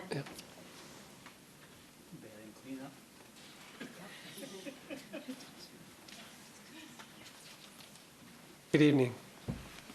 Good evening. My name is John Hildebrand. I live at 426 Summit Avenue, and I've been crossing State Street a couple of times a day on foot for the last 35 or so years, sometimes walking, sometimes running. And I think the most obvious takeaway from tonight is that there is no single solution for ensuring pedestrian safety at the bottom of State Street Hill, but there's a host of solutions, none of which involve taking homeowners' property. And you've heard them tonight. Better signage, slower speed limits, enforcement, parking restrictions, and also a beacon. The better solution is the city engineer's initial recommendation for this intersection, which was a pedestrian refuge island. Such an island isn't just cheaper than a roundabout, but according to a 2008 Department of Transportation study, it's almost twice as effective in reducing pedestrian accidents, 56% as opposed to 26%. Part of the problem is thinking of roundabouts as a one-size-fits-all, all-purpose fix without fully considering other alternatives. One important alternative is to address the other end of the equation, the pedestrians crossing at Roosevelt and not just the traffic going up or down state. If you simply prohibit parking on Roosevelt and McKinley, you would funnel pedestrians to Garfield, where there's a traffic signal and a crosswalk. A more lasting solution would be for the university to build a parking structure and charge drivers to park on streets near campus using a mobile app, both of which UW-La Crosse has done. In conclusion, I hope you'll shelve the idea of a roundabout for this intersection and vote against the relocation order. I hope you'll think of this neighborhood as more than a grid of streets through which traffic must flow downtown. Eau Claire has a right to feel proud of its resurgent downtown, but in the end, a city is its neighborhoods and the people who live in them. And I hope that's what you'll take away from tonight. Thank you. Thank you, Mr. Hildebrand. Any questions? Councilmember Gregor. Thank you, President Weld. Thank you, Mr. Hildebrand. I'm certainly, I guess the topic of like the character of the neighborhood is something I've been hearing a lot tonight. And I guess, you know, as we kind of go into that parking discussion, which I think will occur after this and is being elevated by this topic, do you feel that a parking structure is something that does not fit with the character of the neighborhood, or is that something you would imagine more on Water Street or versus the Hibbert lot, or what is kind of your vision in that regard? Well, I hadn't really thought of where I'd put a parking structure except on existing parking lots. All I know is that the university has sort of shrugged off that particular responsibility onto the neighborhood. UW La Crosse has taken steps to address that. I think that part of the problems cities face and people who run cities is they have to think of people, not just vehicles. And I think sometimes too often we're only thinking about, well, how do we make it easier for the vehicles and not for the people? And it's, as I said, as Stanley said, you know, it's the people that make up the city. Any other questions? I don't see any. Thank you for coming up. Is there anyone else that wishes to speak to this agenda item?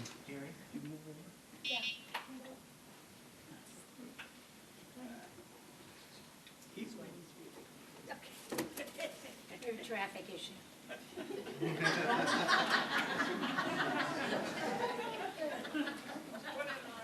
Roundabout, yeah. Oh, thanks. I think I can reach it. Good evening. Good evening. My name is John Hibbert. I live at 1814 State Street. It's the house my grandparents built in 1936. And I guess I moved there as a child in 1946. So I've seen State Street go from a neighborhood street to a highway. And now I think we're trying to recover it a little bit, which is a very good thing. I've argued often that neighborhoods are one of the stakeholders in how we handle traffic. And I appreciate that the council and the staff are kind of following that and including the neighborhood and not just dismissing them out of hand. One thing I thought I'd mention, Mr. Solberg correctly described the process of what he called acquisition of those neighboring properties. Acquisition is an extreme euphemism for what people politely call eminent domain, and what most people call condemnation. And that should be always a last resort. And I don't think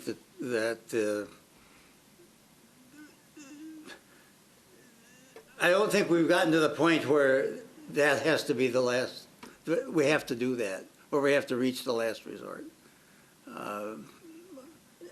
I really agree with Mr. Hildebrandt, who said it much more eloquently, because, well, he's a writer. But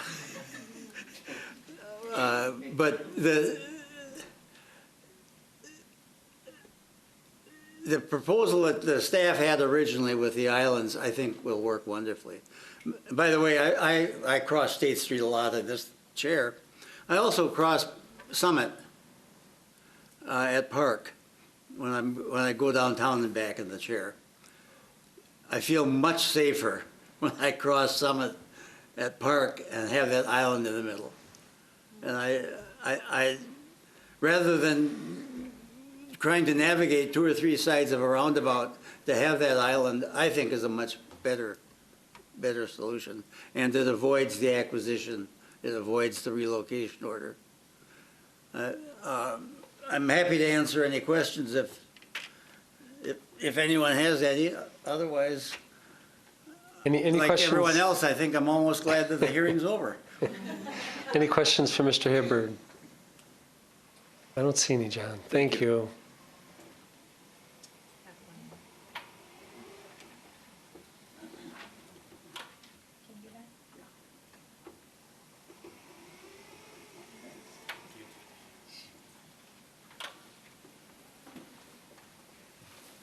Good evening. Good evening. My name is Matt McHugh, and I own Clearwater Real Estate, and I own the property at 16 State Street. And I wrote the letter, an email that I sent to you all, and I appreciate many of you reading it and also responding, so thank you. And I'm going to keep this brief. I think, like John just mentioned, I think everyone's probably pretty excited for this to end. It's been a long journey to get us to this point, and I just really want to say that, you know, I was born and raised in Eau Claire, and have lived here most of my life other than the time I was away during college years. And I'm just really encouraged by this process, and I'm sure there's a lot of emotions and frustrations that have gone along with it for many people in this room and outside of it, but it is really great to see the engagement from the community, the neighborhood association, and quite honestly, the city overall. I think that that's something if we could all possibly step back and just kind of take it in from that perspective, it's really it's a great process, and I feel very lucky to be able to witness it and listen in on it. So thank you for the opportunity to speak briefly. And by the way, Ms. Mickle, you do still have your teacher voice, and I was one of your students, so it's nice to hear it again. So I did come here a few months ago and speak also, and I guess I wanted to clarify one thing mostly, and because when I was here, I was asked the question about my interest, would I have any, would I be open to selling property to the city if it came down to that for this roundabout, and I said I was open to the conversation. You know, and just the more I've listened to everyone this evening and since then, both from the city perspective, their input, which, by the way, you know, I just want to, Mr. Solberg, I mean, I think you've been, in my opinion, I think you've been almost like a surgeon with your information as far as your delivery and being prepared for all these various options and trying to meet the many demands for this intersection. So I just, you know, I think that it's a very difficult challenge. There's not the best or right answer for everyone, but I feel that the roundabout actually does have quite a bit of merit. Neighborhood Association, don't get the hook out yet, please. But I think there's a lot to be said about the roundabout, and it's, you know, what it does accomplish. However, I feel that there's, through the other opportunities, the other options that have been expressed, especially after listening to the homeowners that live right in that intersection, that's what has changed my mind strongly. I mean, I value the community and the city need for today and the future, and the pedestrian and bicyclist safety, but I really put a higher value and the highest value on those particular 4 home owners, of which, yes, I am one, but I don't really include myself. I kind of have a different vantage point on this. I own the house, but it's a home to the Torres family, and I value their opinions the most, along with the other 3 property owners there. So listening to them, I feel that it's important that we really strongly consider that, and along with our options. And so that is this, you know, that's why I guess at this, you know, at this point, you know, I can say that I'm not willing to, you know, sell the property, any of our property to the city for the roundabout purposes. I hope that, and I remain optimistic that the other options that have been discussed actually can accomplish our goals and needs into the future. So appreciate this opportunity. Thank you, Mr. McHugh. Thank you. Any other questions from the council? I don't see any. Thanks for coming up. Is there anyone else here that wishes to speak to this agenda item? Again, I'll ask, is anyone else here that wishes to speak to this agenda item? All right, we'll close the public discussion. Thank you all for coming in this evening. We appreciate your engagement and your words and your time. We'll close the public discussion and move into the public comment period. We'll take a moment to see if there's anyone that has signed up.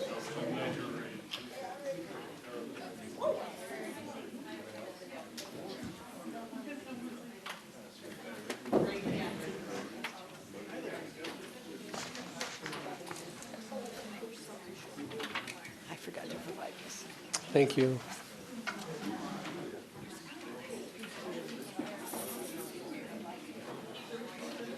Okay, all right.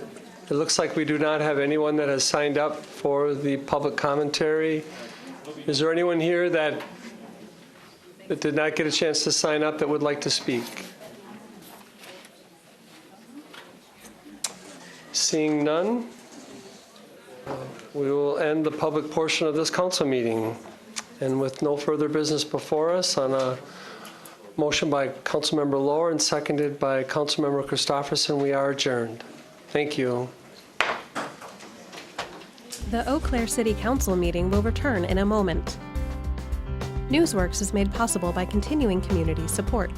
If you would like to volunteer or make a donation, please contact us via phone at 715-839-5067 or online at valleymediaworks.org.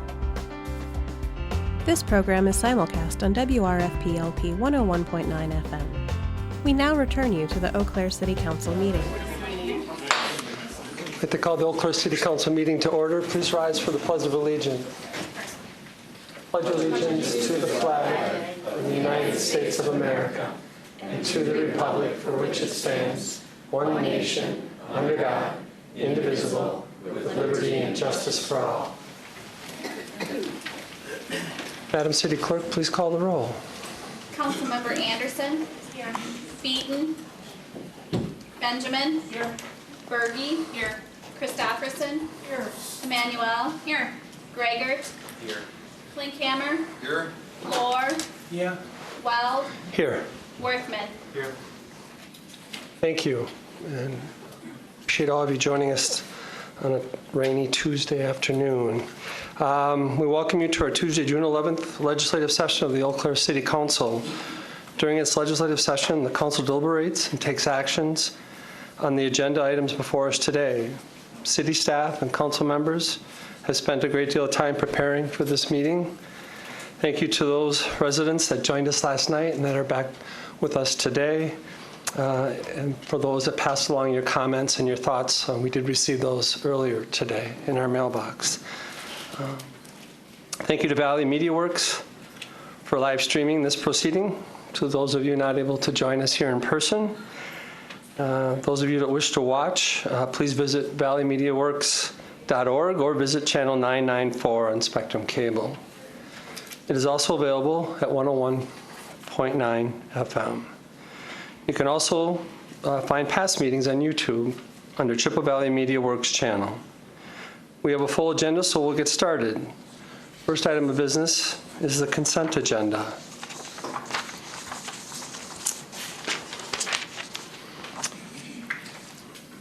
Please note that if any of you are here in regards to an item on the consent agenda, we will vote on it unless it's pulled out of the group. We will vote on it at one time. And so if it is approved, then whatever item you had in the consent agenda is also approved. So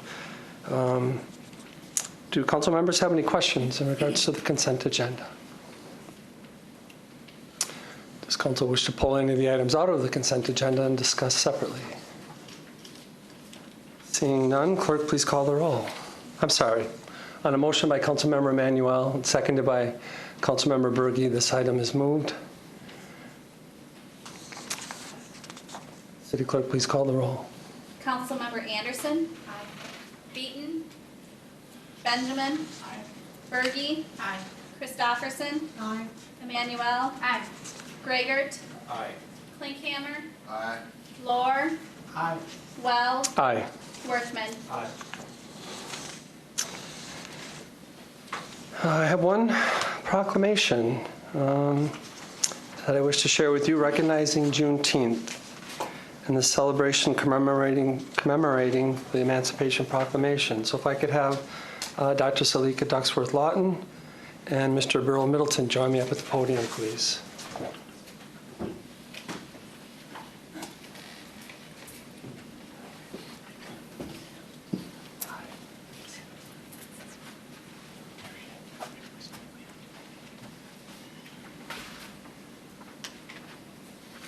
So I'm going to share the proclamation, and then our guests will share some words with you in recognition of this event that will be coming up here in the next week. The proclamation reads as follows: whereas Juneteenth is the oldest known celebration commemorating the Emancipation Proclamation, the document which ended slavery in the United States. And whereas on June 19th, 1865, it is recorded in history as a date when word of the emancipation brought freedom to the last remaining slaves in the country. And this important event in the United States has now grown into a global celebration which encourages self-development and appreciation for all races and cultures. And Uniting Bridges Incorporated, with the help of many area organizations and community members, has organized a celebration at Carson Park in Eau Claire on Wednesday, June 19th, to heighten awareness of this important observance and to provide an opportunity for all people of our community to get together and share in a day of food and fun in an atmosphere of respect and inclusion. And whereas this celebration marks the 19th annual Juneteenth celebration in the city of Eau Claire, now therefore, the City Council of the City of Eau Claire hereby proclaims Wednesday, June 19th, 2019, as Juneteenth Day in the City of Eau Claire, and encourages all residents to join in recognizing this day in unity, freedom, and opportunity, and to honor the diversity of all racial and ethnic groups in our community.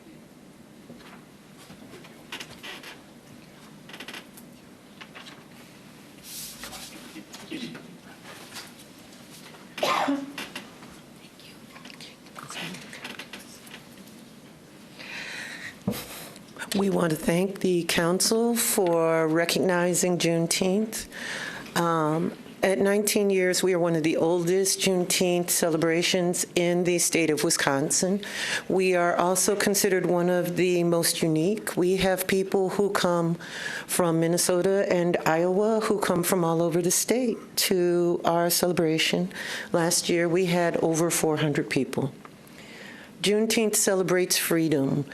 And it celebrates the promise of our Constitution for all peoples, regardless of race, class, gender, sexuality.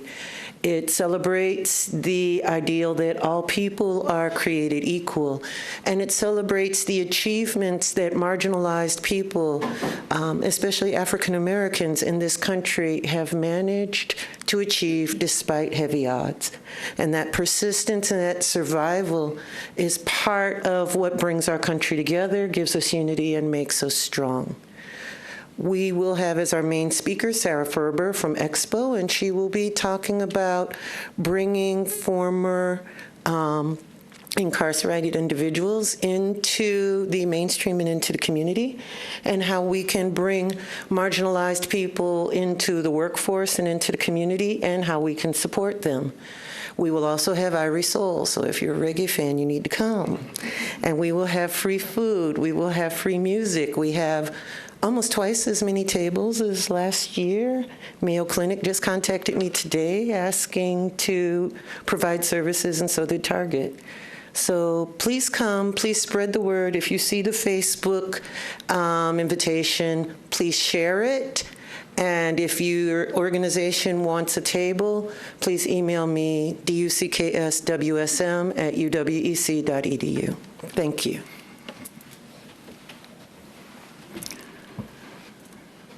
Good afternoon. Juneteenth is a very important event for the city of Eau Claire. As you have heard from Dr. Duxworth Lawton, this is our 19th year consecutively. 19 years. It started out with the support of the City Council, so we continue to be appreciative of the support and the acknowledgement and the recognition that the City Council has given to Juneteenth Day in the city of Eau Claire. It is an open event. It is children-friendly, family-friendly. There is no alcohol. We want to make sure that our event takes the original form, and that is for the recognition of those individuals who are free, who recognize freedom, who recognize diversity, and who also recognize achievement. So within the city of Eau Claire, we were the third city in the state to establish the Juneteenth Day. So that thanks goes to the City Council of Eau Claire for that. We're very appreciative again and very supportive. Thank you very much for all of the support that you've given us. Thank you.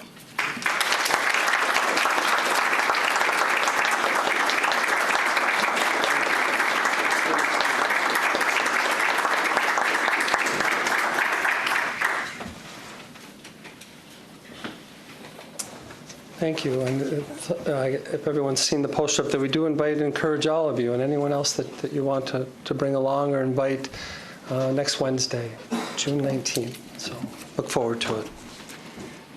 All right. With that, we'll continue with our work this evening and open up the business agenda, beginning with item number 21.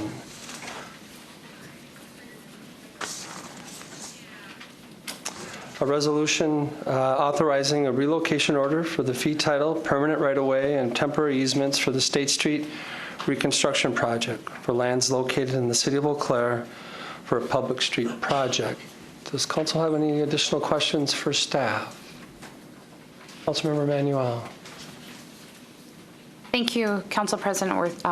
Well, sorry about that. Sorry. I do have a question probably for Mr. Solberg around the engagement process for the university. It dawned on me last night that the students are out of session and wanted to hear just a little bit about that. And then also the faculty and staff bike pedestrian committee at the university.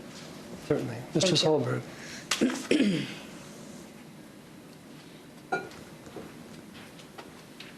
Good afternoon.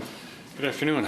I actually met with the university, a couple of members of the University BPAC last week. They had requested, because their contracts were up as of, I believe, Friday last week.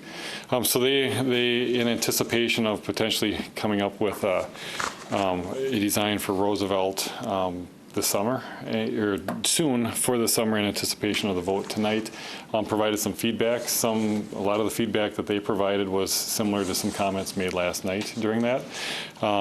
Met with staff this morning, and we're planning to attend the Third Ward Neighborhood Association meeting tomorrow. The regular BPAC or the city BPAC meeting, the next one that's scheduled, as well as probably hold a listening session, open house, some office hours on campus if available, like from 11 to 1, noon to 2, 2 to 4, sometime in the afternoon, to allow people to provide feedback. There'll be some students that will be around campus this summer. Potentially, hopefully they would find time to stop in and talk, but it won't be the full 10,000 or 12,000 student body that would be there. That's about the best we can do to have a design that we could have approved to possibly construct this summer for that. So. May I have a follow-up? Mm-hmm. Thank you very much for that information. It's very helpful. I would, I guess, just ask, in reaching out to the students on campus, do you know if your office or somebody from the city will be working with a student body who are on paid staff during the summer?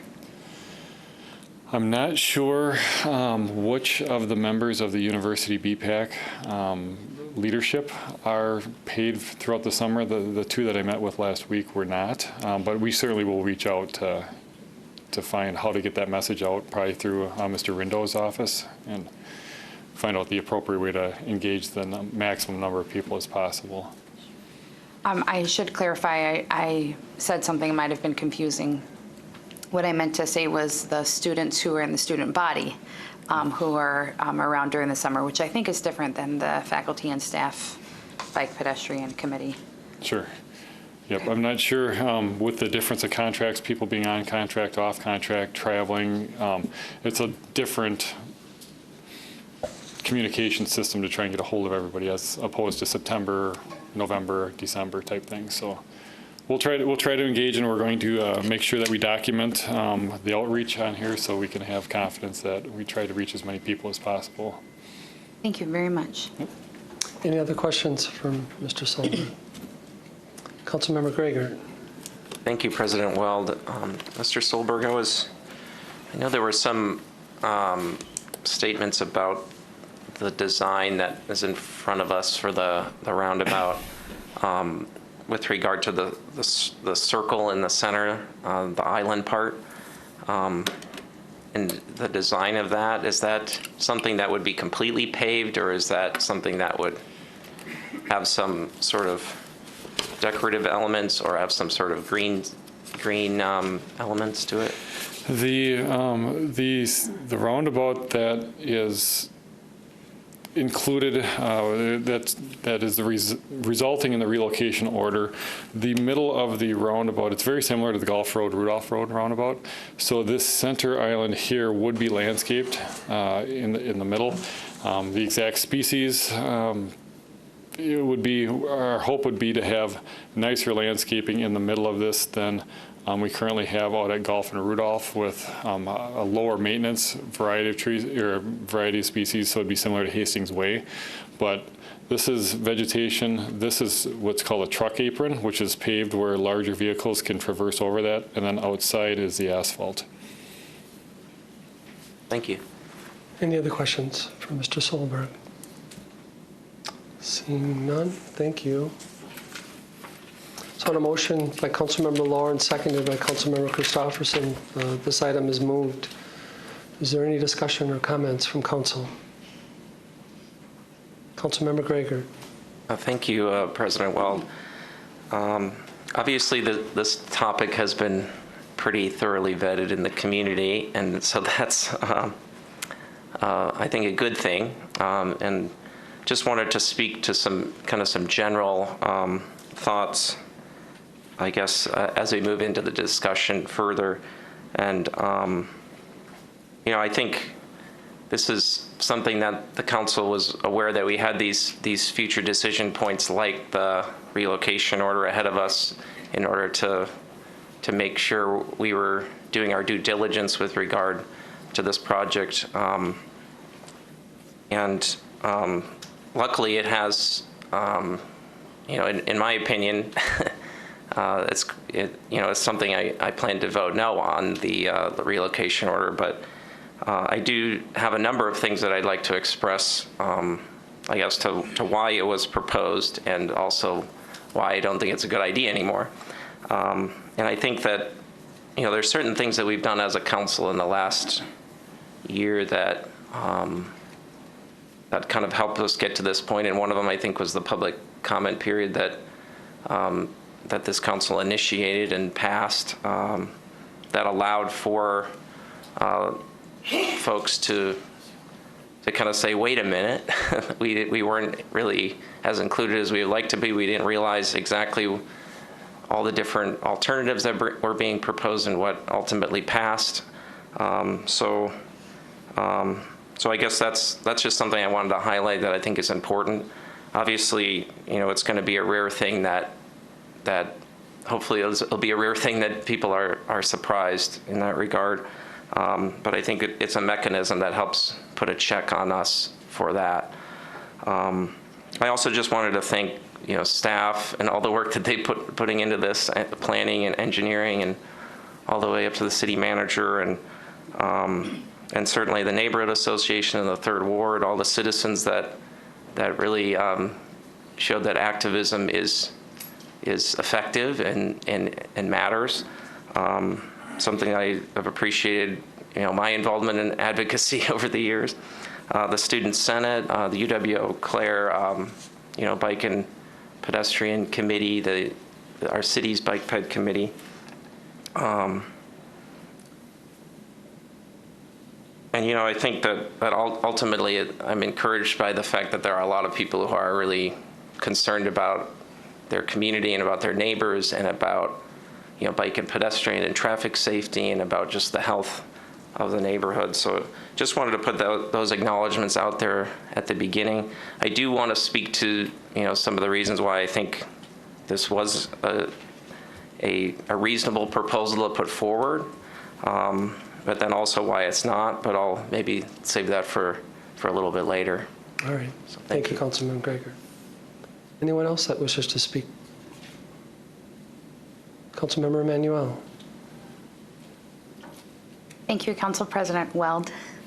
I also will be voting no on this evening, and I was a mover on this item basically based on the data that was presented by the city engineer on the traditional intersection and the small roundabout versus a large roundabout.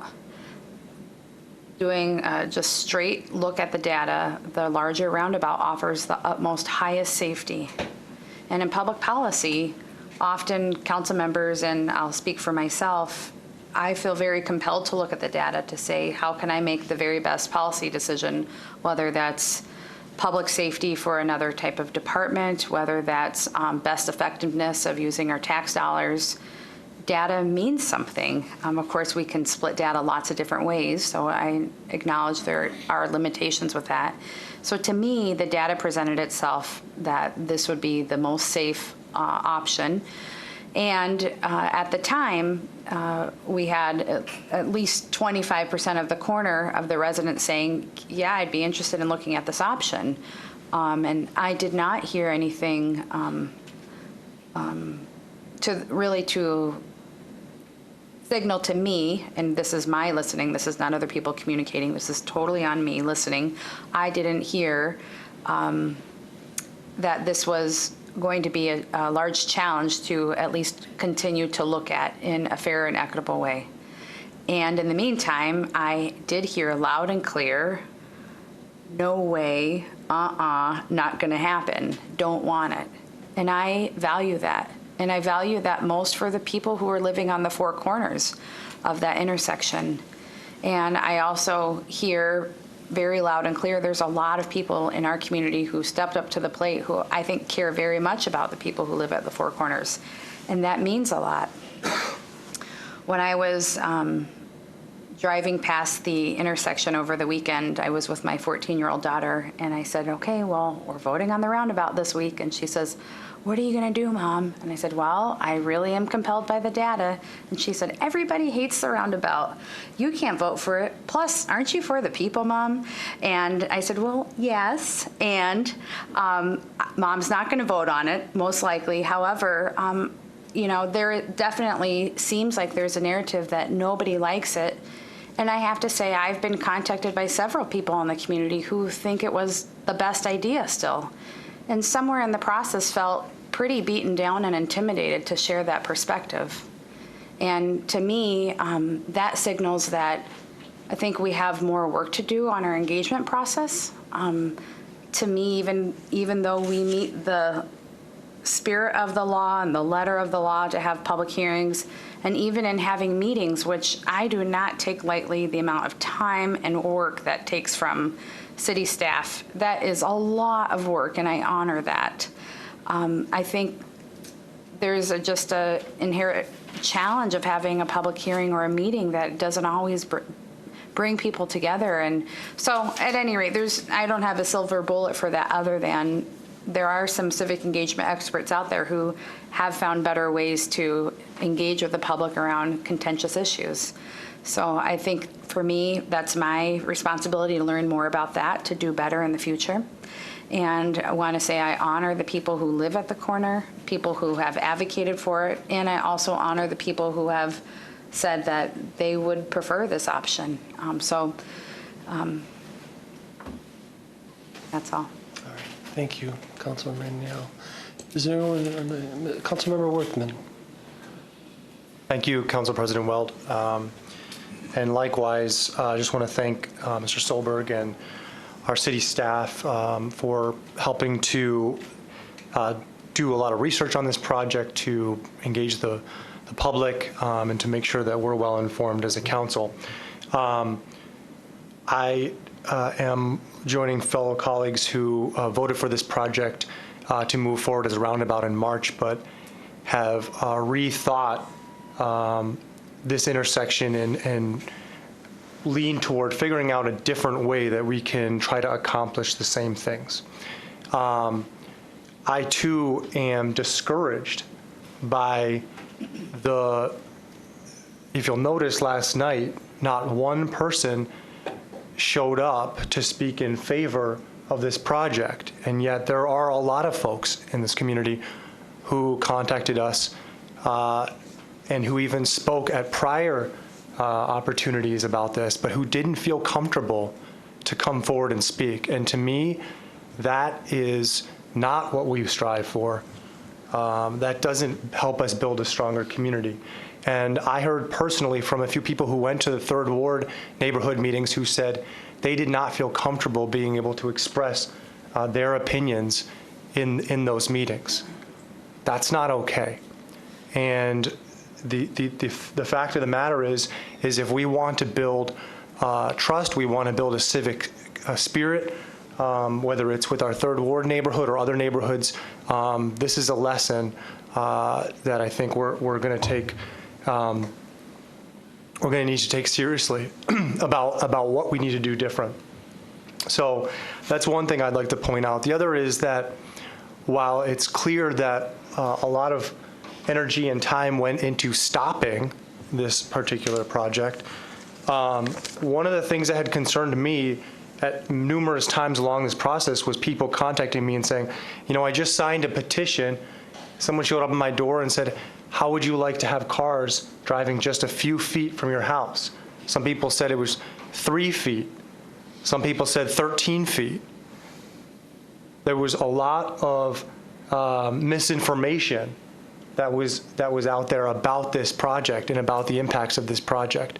And I had to write constantly back to people about it.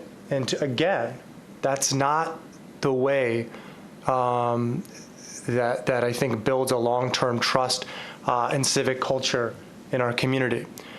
I could go on about a whole number of other things that were talked about in the petition, but I think to me it really comes down to the idea is, you know, more folks in our community have spoken up saying that they would like a different option. And I think what we have to take from that is we still want to accomplish reducing speeds for cars. We still want to figure out a way to help build more neighborhood feel to that intersection. We still want to make sure that hundreds of pedestrians who cross in front of 12,000 cars daily can do so safely. And we still want to figure out a way to make it a multimodal road that bicyclists and other users can access. I've pointed out to folks, we have to listen to the corner neighbors, but we also have to listen to our entire broader community, because this is a road that intersects a neighborhood but is next to a university and is a transport to our downtown. And so those are all the voices that we need to think of when we move forward with a different solution, which I'm guessing we will this evening. So hopefully, moving forward with our neighborhood leaders, our university leaders, our students who weighed in on this, and so many more, we can build a better project that still accomplishes the goals and the reasons why we unanimously supported Roundabout in March. Thank you, Councilmember Worthman. Anyone else that wishes to speak to this agenda item? Councilmember Benjamin. Thank you, President Weld. So I came in with a little bit different perspective on this, having only recently been elected to the seat. And I was asked very early on, even during the campaign process, well, how did this happen? And I had to spend a lot of time researching this and saying at first, you know, I really don't know the background of the decisions and the process that went through and approved this project. But I can see that it was very clear that this was a very data-driven decision. This was something that had to do with public safety and for all of these different purposes that this particular intersection and road serves. And so I think that this is a great sign of civic engagement or opportunities that City Council has to engage with our neighborhood associations and to find other methods to ensure that there is that open dialogue between our neighborhoods and our council. And I think that we also learned that everyone does see that there's an opportunity to create this workable street that can serve a lot of different needs and a lot of different purposes, especially our public safety. And that ultimately a lot of voices came out to say, we want to see what else is possible here. So I want to say I appreciate all of the voices that and all the people that took the time to write to me in particular, and the homeowners that lived on the block who I was able to have conversations with. I want to thank the city for all the work they put into this, and for their efforts there to find the safest solution that they thought they could bring forward. And I have to say that based on what I've heard, I think I'm very optimistic in that we're going to find a workable solution with the understanding that this may not pass this evening. So I'm very optimistic that we'll find a way forward. But I have to say, I think that just to echo many of my colleagues, that and based on, again, the voices of the neighborhood and the voices of particularly of the homeowners in that situation, that I will be voting no this evening. Thank you. Thank you, Councilmember Benjamin. Anyone else that wishes to speak to this agenda item? Councilmember Gregor. President Weld, I certainly speak again, obviously. So yeah, maybe to go into some of the background on why I thought this was something that should be explored. And, I think certainly since the vote as well, there's been a lot more exploration, a lot more research that, folks in the community have done, which have been helpful to me to make my decision ultimately today. But also, I want to acknowledge some of the engineers that I talked to throughout the Midwest that have worked with, that have implemented roundabouts that are of this nature. I toured the roundabouts in the city of River Falls that are right adjacent, and in fact through the UW River Falls campus. While the street doesn't have quite the traffic volume, Cascade Avenue, it has roundabouts of a similar size, and in fact there's a parking lot for 325 cars on one side of the street, or you'd walk through a roundabout to get to campus, and that's about as many cars, according to Ms. Mickle last night, that park on the east side of State Street in the 3rd Ward. So the mix of pedestrians and roundabouts, I guess, on that point of safety, they can be designed to be safe and effective, and really slow down traffic and meet a lot of the goals of the proposal and what had been a big goal of this project from the beginning, which was, enhancing bike and pedestrian and traffic safety.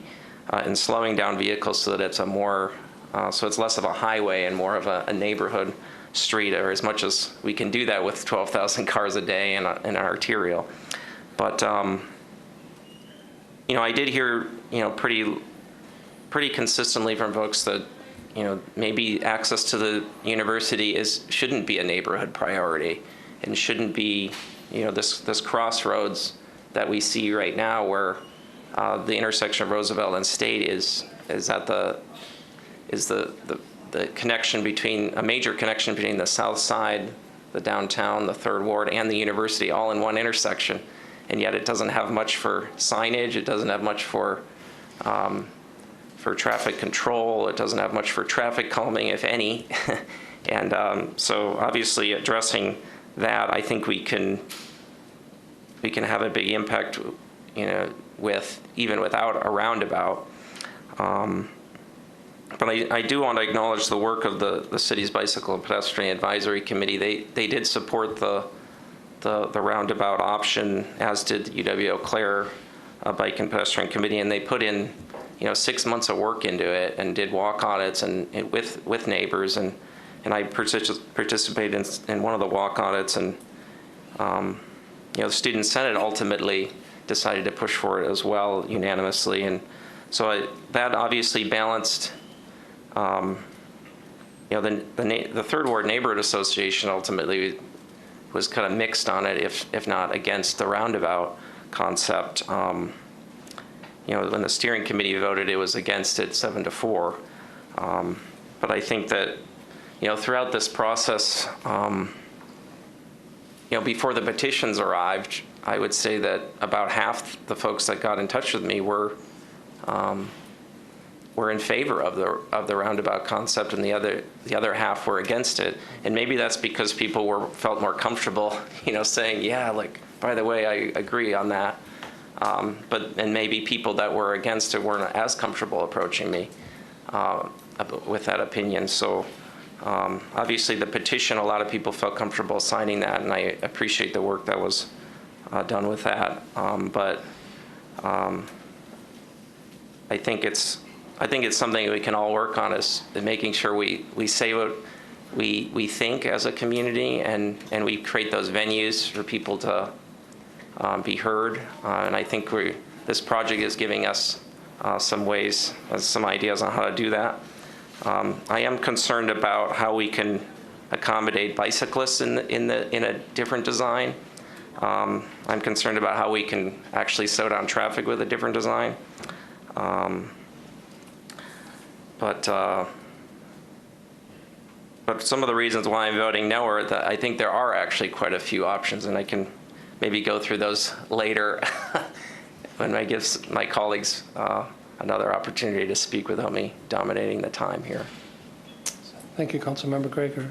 Is there anyone else that wishes to speak to this agenda item? Councilmember Gregor? Thank you, President Weld.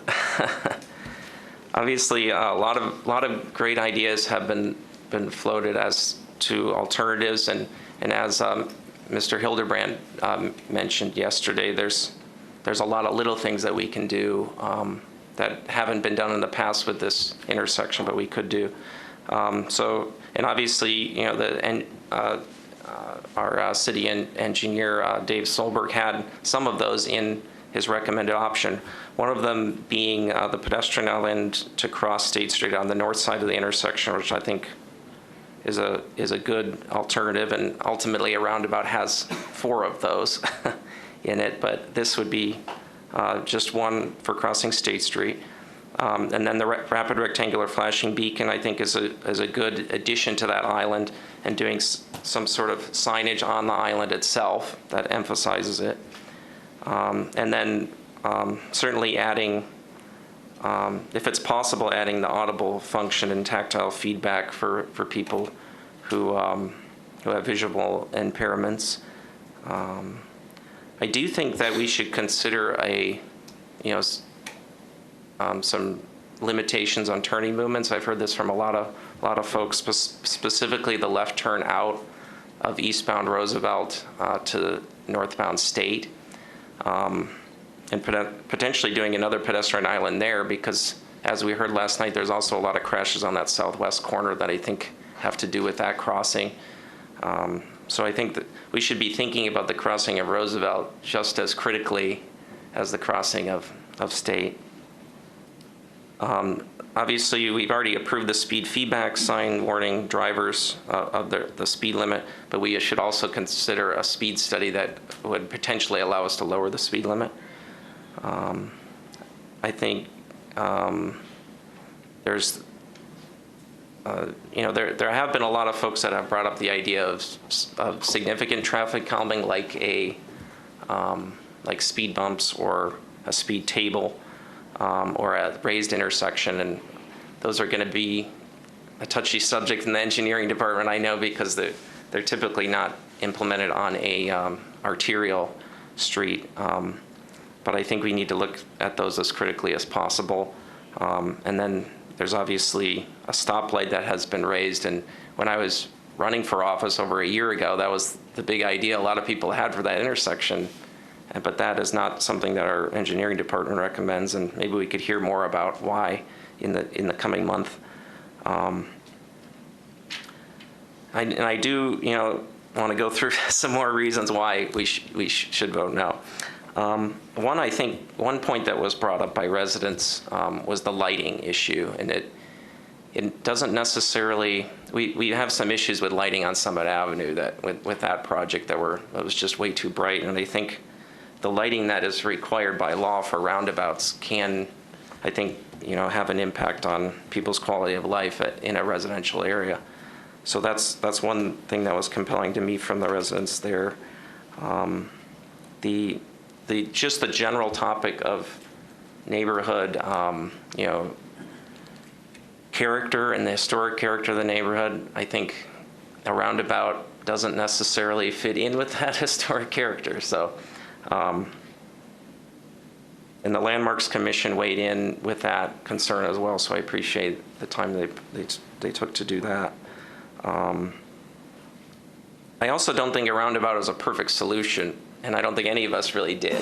You know, it's something that is, you know, obviously in a busy road like that, where there's a lot of bicyclists and pedestrians and drivers that need to go different directions, it's hard to find a perfect solution. And there are, you know, there's no way to cross a street without having to be careful as a pedestrian or as a driver, as a bicyclist. So, but I think some of these other elements can really tighten up the intersection and make it better without a roundabout. And finally, I'll just maybe a few more things. Certainly, what I've heard directly from the neighbors there is very compelling. You know, I did speak with some of them before the vote, but you know, I think, you know, 25 feet from a roadway of that magnitude, like State Street, can be understandably disconcerting, even if traffic is going 15 miles an hour through the roundabout.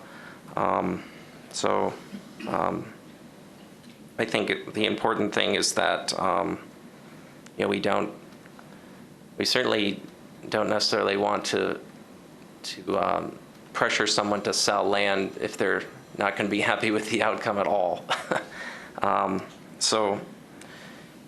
I guess the final point would be the broader issue of parking in the neighborhood, I think, is also a compelling kind of data-driven you know, issue we need to work on as part of this, and I think that this project is highlighted, and I think fits in with some of the discussions I've been hearing about within the Third Ward Neighborhood Plan, and also within our parking study process that is underway. So I think there are opportunities, you know, to maybe look at doing some sort of residential parking permit, or even more significantly reducing parking in the neighborhood. Already we restricted pretty much to only one side of the street, and on some streets not at all. So it is cut back quite a bit, but ultimately, you know, most of the people crossing State Street are pedestrians walking from vehicles, and if we can reduce that risk to those pedestrians by maybe those people choosing other modes of transportation, like the bus or biking, we can really reduce that risk, and State Street can maybe function better. You know, it's ultimately we need to find as many ways as possible to reduce the vehicle miles traveled within our city, because it's an environmental issue and it's a quality of life issue. I don't think anyone living on State Street necessarily really likes to live on a busy street. And if we can find as many alternative modes of transportation that can make up for reducing parking in the neighborhood, I think we should do those things. And speaking of someone who lives on Lincoln Avenue in the Third Ward, I've seen this play out for almost 2 decades, and we haven't made a lot of progress on parking and solving the frustrations in the neighborhood. So I think that's a piece of this within the next few years too, that can compel me to say that we should vote no on the relocation order and therefore no on the roundabout. Thank you, Councilmember Gregor. Is there anyone else that wishes to speak to this agenda item? I guess I would just like to weigh in briefly. I think from the beginning, staff's intentions, council's intentions, the university, the residents, the neighborhood, the community, you know, our intentions were good. And also, you know, our intentions were to be respectful, to be listeners, and to understand. And I think, you know, then and today, I think that still holds true. And I guess I'm thankful to the residents that have become engaged and have spoken up, and then obviously fought for what they felt was right, and those that shared their views and those that didn't. Also appreciative to staff, obviously, and the time that they put in and to our council itself, and for being a part of this discussion. And certainly moving forward, I know that our intentions will continue to be good and respectful, and I am confident of that. And so I look forward to working together. I think we all look forward to working together with staff and with the university and with the neighborhood to make this a safer thoroughfare, a safer intersection, and another great asset to a great city. So with that, is there any other discussion? Seeing none, clerk, please call the roll.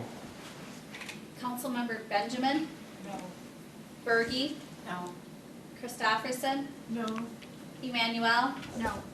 Gragert? No. Klinkhammer? No. Lohr? No. Weld? No. Worthman? No. Anderson? No. And that resolution is defeated. Moving on to agenda item number 22, which is a resolution awarding a contract for procurement number 201922 for the State Street reconstruction. Mr. Solberg.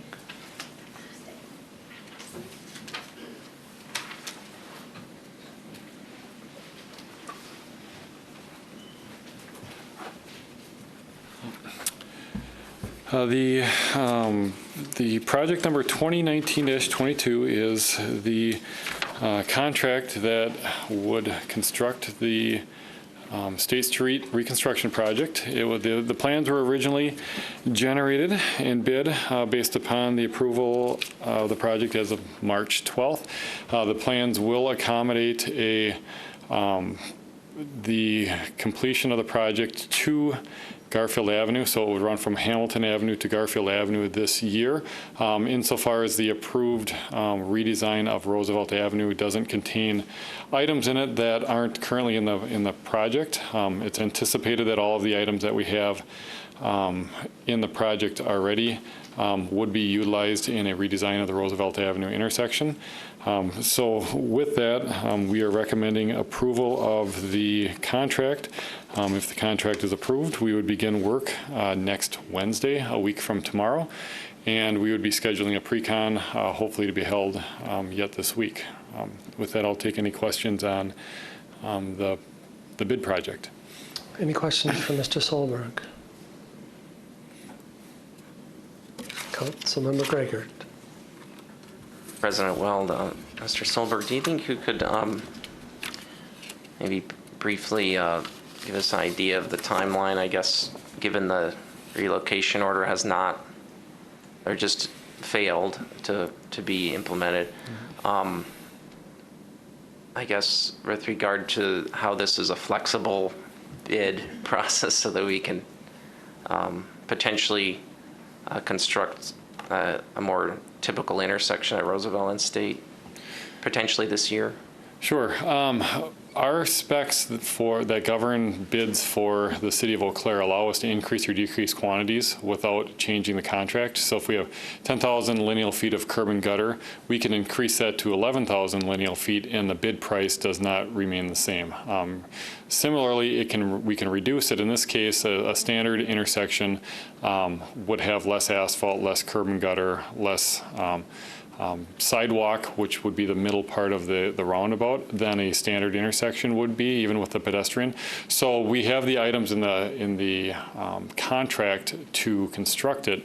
When we have an approved redesign of Roosevelt Avenue, we would have our surveyor stake the new approved design. The items are in the contract already, and then we would construct it with the rest of the project if our private utility partners are able to have their utilities moved in a timely fashion. That would allow us, with our contractor, to finish construction this year. We're anticipating being back before the City Council to approve an alternate design for Roosevelt. The first meeting's in July. If approved at the first meetings in July, likely this portion of the project would be later in construction. It would probably start construction in September timeframe, I would anticipate. Thank you. Any other questions for Mr. Solberg? Councilmember Benjamin.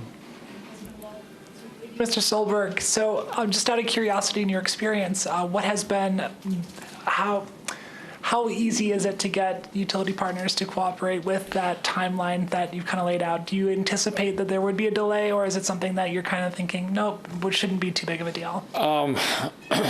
They're extremely busy. They're working right now on State Street, and then they'll jump to Forest Street after this, which is another large project that's coming up. So they have a large amount of work also, and when we set this out, they plan their work load throughout the summer with our other projects. The project was set up anticipating a relocation process that would not be, or the real estate acquisition process would not be completed in time to construct this portion this year. So this was a lower priority for relocation than the utilities that you see being moved on top of the hill. But we've reached out to them, said, this is a real possibility. We would like to construct it this year. So I'm guessing if I was to bet, I would say about a 50-50 shot that we'll have the private utilities moved in a timely fashion for us to have confidence that we can start our construction and finish it before the snow flies. So. Otherwise, it would be scheduled then for next year. Otherwise, we do have plans to redo Garfield Avenue next year in conjunction with the university doing their Hibbard parking lot, and we would try to time our construction from Bartlett to Garfield with the Garfield Avenue from State over to Park. Try to do it during the summer when the school is out again, and then also time it so Garfield and Roosevelt wouldn't be shut at the same time.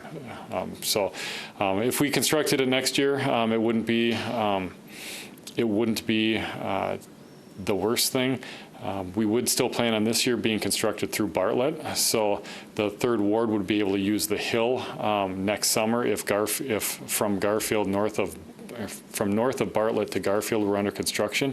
The neighborhood would be able to get out via Wilson Drive and Bartlett to go up the hill to go south of town, but the official detour for all the main body of traffic on State Street would be detoured over to Rudolph Road and down Brackett Avenue. So it would be two summers of construction on State Street in that area, but the second summer wouldn't be quite as impactful as the first summer. So.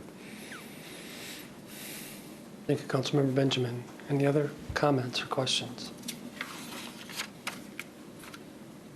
Seeing none, thank you, Mr. Solberg. So on a motion by Councilmember Klinkhammer and seconded by Councilmember Worthman, this item is moved. Is there any additional discussion or comments? Seeing none, clerk, please call the roll. Councilmember Berge? Yes. Christopherson? Aye. Emmanuel? Aye. Gregert? Aye. Klinkhammer? Aye. Lohr? Aye. Weld? Aye. Worthman? Aye. Anderson? Aye. Benjamin? Aye. And that resolution passes. We wish you good weather, Mr. Solberg. Item number 23, resolution accepting the Stormwater 2018 annual report. This item is not related to roundabouts at all. This is pretty much a feel-good item. This is our 2018 stormwater annual stormwater report. We're required by the DNR to compile a listing of our actions regarding stormwater and our compliance with our MS4 permit, which is our municipal separate storm sewer system permit. The report centers on three areas: public education and outreach, public involvement and participation, and pollution control measures. The public education and outreach deals with the detection and elimination of illicit discharges. And illicit is just discharges that aren't normally allowed or aren't permitted to go into the water, whether it's from erosion control or if it's a chemical of some manner. Management of materials causing, the second portion is management of materials causing pollution from cars, pets, household chemicals. That's our suspended solids reductions. The reuse of leaves and organics to promote compost and an environmentally sensitive use of those. Stream bank management to make sure development and other activities along our streams and shorelines lines are done in a responsible manner. Infiltration is appropriate throughout the city. Construction site erosion control for our CIP projects, as well as home sites and site plans.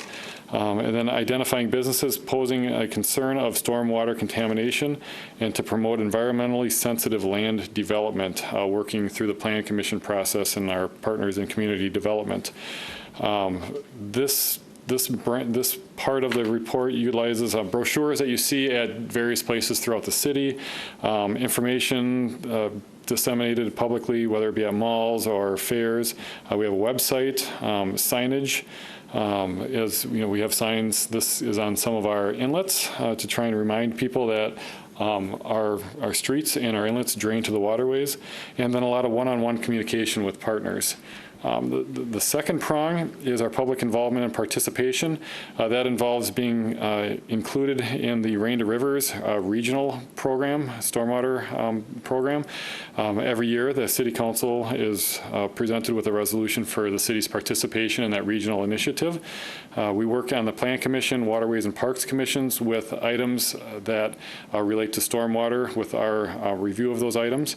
We have stormwater ordinances that were recently passed, and we are committed to update the ordinances as required to meet compliance with DNR standards. And we do have a number of volunteer opportunities for the public to include the public participation with cleanup events around Eau Claire. And then the last part is some of our pollution control measures. We do outfall. Our partners in community services help us with our outfall inspections for our storm sewer outfalls into our waterways. We take calls from illicit discharge complaints. If people notice a petroleum sheen on a water or something that doesn't look right in a surface water in the city, we often get a call, or the DNR will get a call, and they will call us, and we'll try to track down what is causing that.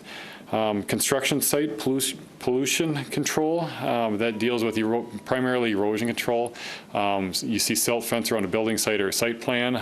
That is to help combat construction site erosion control. And then we have a sweeping program that our community services department conducts as part of our stormwater utility. Last year, they swept 650 dump trucks full of material from our streets. So 650 dump trucks full of materials was not allowed to go into the Chippewa River and the Eau Claire River and our trout streams. So that is a requirement of our permit. They sweep slightly more frequent around the Half Moon Lake watershed to try and improve the water quality in Half Moon Lake. And as evidenced by the increased usage of Half Moon Lake with swimmers and other type of recreational activity, the water quality in Half Moon Lake is improving and becoming a very attractive resource for the public to use. And the sum of all of these efforts are what our requirements are under our MS4 permit to maintain compliance with that. With that, I'll take any questions. Any questions for Mr. Solberg? Zini, thank you. So on a motion by Councilmember Gregor and seconded by Councilmember Benjamin, this item is moved. Is there any discussion? Councilmember Worthman. Council President Weld, this is incredible work, and each year we learn about how our city is taking the next step to make sure that we're protecting our waterways. Our community is really built along our rivers, and there's a reason why folks settled here and started this city so many years ago.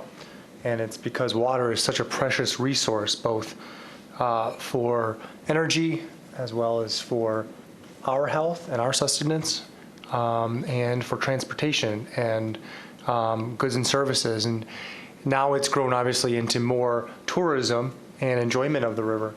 But I think these are really important documents that help us think about how we're treating our waterways and making sure that we're responsible with stormwater. If you think about it, before this community was here, our entire valley was rainfall was able to land on green spaces, on trees, on grass, and be filtered down into the river. Now, most of it is paved over, or there's roofs, or impervious surface of some type. And so that just reminds us all that we've put a lot of impervious surfaces for rain to have to navigate before it even ends up in the river, not to mention the potential of chemicals. That's one thing that I want our community to think more about, which is, especially our city, how do we treat, what is our use of chemicals, fertilizers, herbicides, pesticides, and can we make more progress on that front? Because we're seeing, whether it's Half Moon Lake, whether it's our rivers, we're seeing fish kills, we're seeing algae blooms, and many of these problems that are accumulating downriver from us. And I think that it's worth us setting our sights, saying we're doing good work, and how can we go further as a community in terms of the chemicals that we use and what ends up in our river? How can we go this next step? So I'm just going to put a word of challenge out to all of us to try and think critically in coming years about how do we make sure that we're being even more responsible in taking care of our rivers. Thank you. Thank you, Councilmember Worthman. Councilmember Christopherson. Thank you, Mr. President, and thank you, Mr. Solberg, for presenting this report. I just want to take a moment to put this in contrast to the roundabout. Can't quite leave the roundabout yet, but I did read through both of these reports, and I'm always impressed with the quality of the work that the city staff does to manage our resources, to protect our environment, to be economical, but also to get the highest outcome. And I again want to lift up the staff and say thank you for the great work that we do. And I would like to see our constituents, the residents of Eau Claire, be as interested in the wastewater report and in the stormwater report, and to really actively organize and agitate for even a higher participation by the residents, because our staff can only do so much, and then it becomes us as residents to really manage our own personal environment so that we are creating as healthy an environment for our city as we can. So thank you, staff, and I think we need to agitate ourselves around this issue. Thank you, Councilmember Christopherson. Anyone else that wishes to speak to this agenda item? Seeing none, clerk, please call the roll. Councilmember Christopherson. Aye. Emmanuel. Aye. Greigert. Aye. Klinkhammer. Aye. Lohr. Aye. Weld. Aye. Worthman. Aye. Anderson. Aye. Benjamin. Aye. Berge. Aye. And that resolution passes. Agenda item number 24, another resolution indicating receipt and review of the 2018 Compliance Maintenance Annual Report for the wastewater treatment plant and collection system. Mr. Berg. Good afternoon. Good afternoon. The Compliance Maintenance Annual Report, otherwise known as CMAR, evaluates the wastewater treatment plant and collection system as required by the Wisconsin Department of Natural Resources. Grades of A through F are assigned to different areas of the plant and collection systems operations. The overall grade for the Eau Claire wastewater system was 3.86 out of a 4.0 scale, so very good score. The DNR does not require any action for maintenance activities unless the grade point average is less than 3.0. The employees and operators at the wastewater treatment plant and wastewater collection system are responsible for this excellent rating and are to be commended for achieving compliance with the discharge permit limits. The Department of Natural Resources requires the City Council to adopt a resolution indicating receipt and review of the report. The only item that we were downgraded on this year is the same item that we were downgraded on last year, our lack of biosolids storage. The good news is we are in the design phase for adding a 1 million gallon storage tank at the wastewater plant, and we hope to start construction this fall, and we'll probably finish in the spring of next year. So we are addressing that issue. Thank you for approving that project last year. And so we're moving forward on that. Kind of going on to what David said about some of the things that we're proud of. We did special wet testing, which is whole effluent toxicity testing for the DNR. And what we did is we obtained samples of Chipper River water and then our effluent samples. We did that in the fourth quarter of 2018 and the first quarter of 2019. we send those samples into the DNR, and they place minnows in those 2 samples to compare how the survivability rate is for the minnows. And our wastewater effluent was nearly 100% survival rate. And the Chippewa River didn't do that well. So, so it makes us feel good, though, that what we're putting into the river is probably better for aquatic life than the river itself. So it's a sustainability thing for us, and we're very proud of that. So if you have any questions, I'd be glad to entertain them. Any questions? Councilmember Christopherson. Thank you, President Weld. Thank you so much for that presentation. I'm not sure that this is an appropriate question, but the biosolids, are we receiving from any other areas other than our own? We receive from Altoona. We treat the waste for the whole city of Eau Claire and Altoona. But only that? Yep. Geographic area? Thank Yes. you. Yep. Councilmember Worthman. Going off of Councilmember Christopherson's question, I know that we were, there was a time period where we were seeing a greater loss of water from Altoona. Do we have any update on whether we made progress on the Altoona's sewer, the losses of water that we were seeing from Altoona? I might have to defer to Jeff Pippinger, our director, on that. I'm not sure how the results of that, but I know it was looked into. Mr. Pippinger.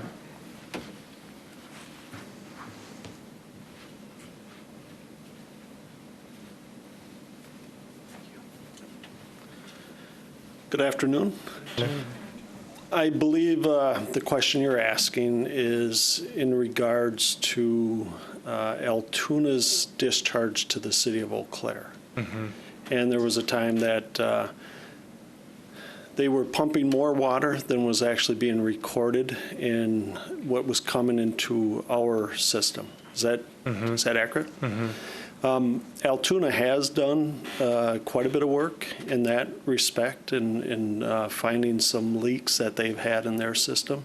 In fact, the city of Eau Claire, we actually have leak detection equipment that we went over and actually evaluated their entire system.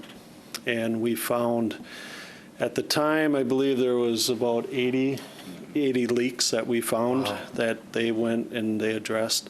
So that has been addressed. I don't know if they've completed all those repairs, but the major leaks that they had, they took care of. That's helpful. Thank you. Any other questions? Teeny. Thank you. All right, thank you. So on a motion by Councilmember Anderson and seconded by Councilmember Manuel, this item is moved. Is there any discussion? Seeing none, clerk, please call the roll. Councilmember Emanuel. Aye. Gregert. Aye. Linkhammer. Aye. Lohr. Aye. Weld. Aye. Worthman. Aye. Anderson. Aye. Benjamin. Aye. Berge. Aye. Christopherson. Aye. And that resolution is passed. Moving on to appointments, there's a resolution approving appointments and reappointments to various boards, commissions, and committees. I'll go ahead and read those that have been approved, and then we can answer any questions if there are questions. So be it resolved that the City Council of the City of Eau Claire does hereby approve the following appointments and reappointments to various boards, commissions, and committees. The Administrative Review Board, a reappointment to a 2-year term to expire June 30th, 2021, Mr. Aaron Brewster.